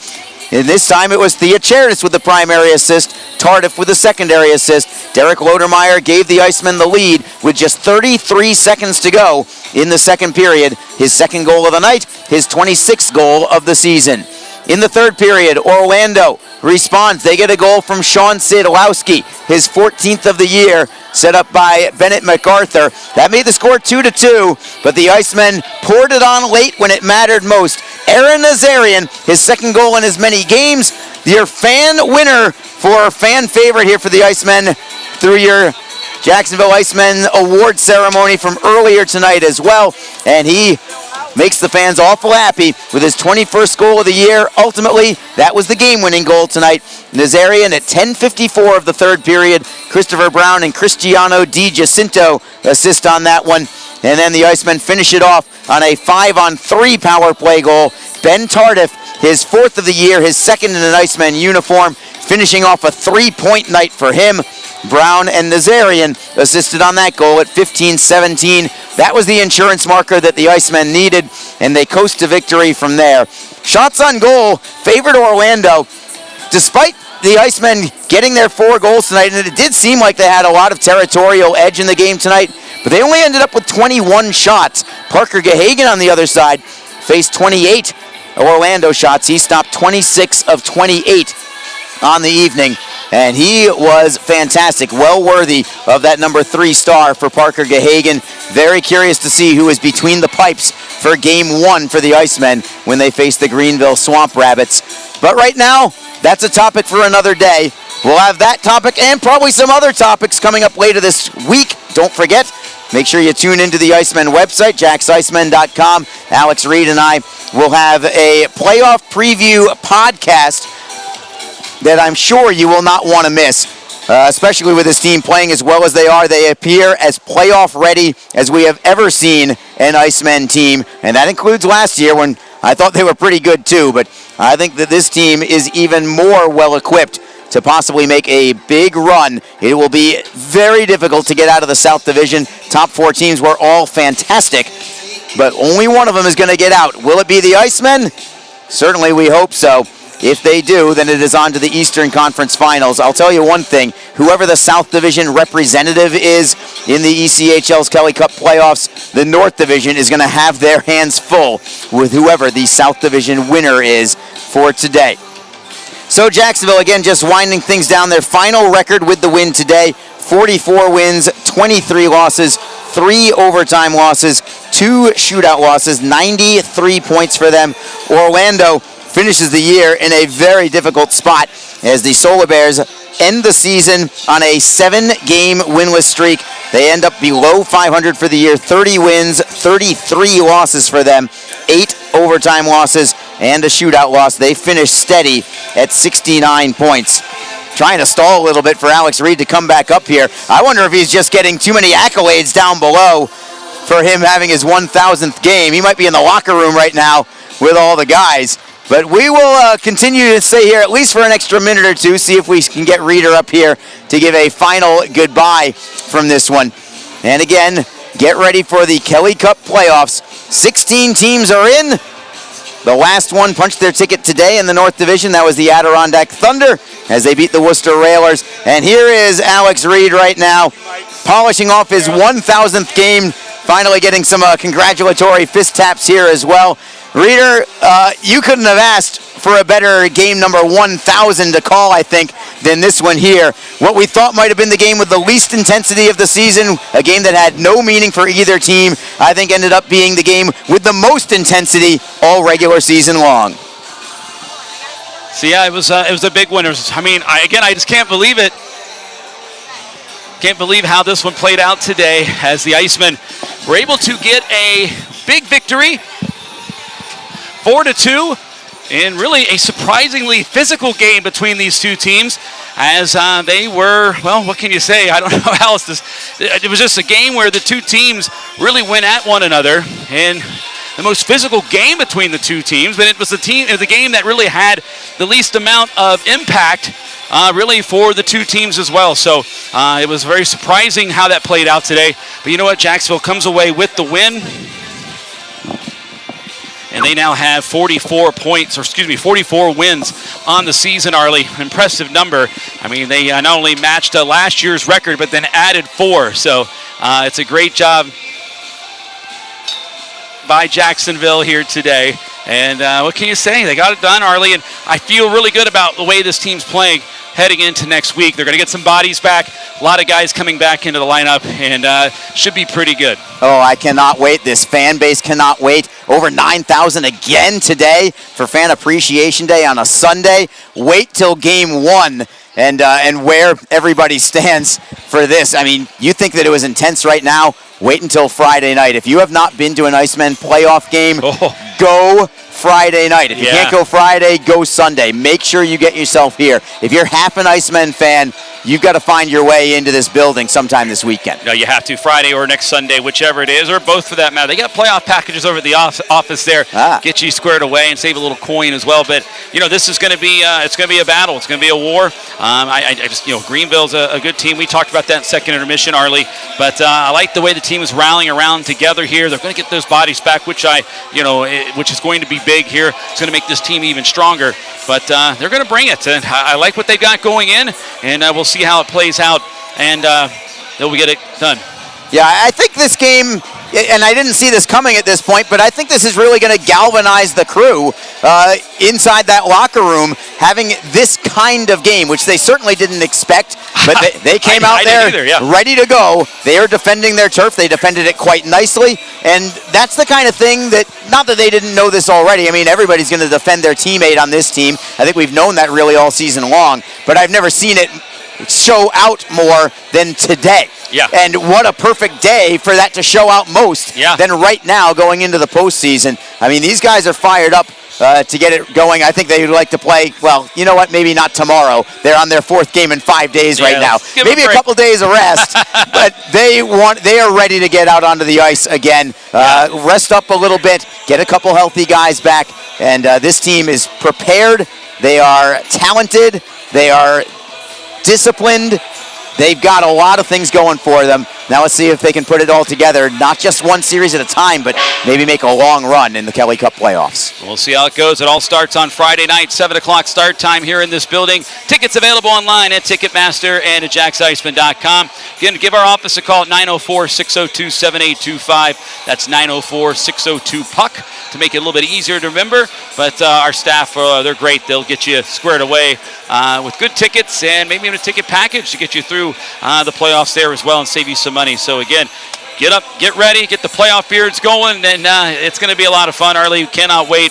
And before we close things out here, I just want to thank you, Arlie, seriously, for today. This was an amazing day for me, and it's been great. In fact, I was so late getting up here because I was trying to run to you and get up here, but people kept stopping me, which is amazing too. That's fantastic. Our fans are awesome, and everyone was stopping me, congratulating me, and then but I was like, hey, I got to get up there to Arlie. But I really appreciate this and allowing game number 1,000 to happen on home ice. It was really special. So thank you again. It's been a pleasure, and we got a lot more hockey left to go here, Arlie. But the tandem, the broadcast team, best one in the ECHL here. We can't wait to get it started next week. Like I keep saying, if we're not the best tandem, we're at least the oldest tandem, and we have a great time together. And Reader, I am so happy that this game was here on home ice, and you caught a great one to call today. And I know that it's a day that you're never going to forget, and I won't either. And as we said down below, it's not all about hockey. It's about friendships and relationships in hockey as well. Any player would tell you the same thing, but the broadcasters feel the same way, and it's been an absolute joy to work with you on and off the ice. Well, I guess for us, it's only off the ice for the last 4+ years, and I know it's going to continue on for a long, long time. Well, thank you again, buddy. I really appreciate it. It was awesome. It was a lot of fun here today. And with that, your final score tonight, the Icemen pick up a 4-2 victory over the Orlando Solar Bears in a big-time battle between these two teams. Very physical game indeed. A few thank yous, obviously, those who came away with the crowd here tonight of over 9,900. This was amazing on Fan Appreciation Weekend. A big thank you to them. Got to thank Gemstone Media for their help. And, of course, our off-ice officiating crew, head up by Jay Eilers. For Arlie Johnson, I've been your play-by-play announcer today, Alex Reed. Wishing everybody a super Sunday evening. And that's hockey.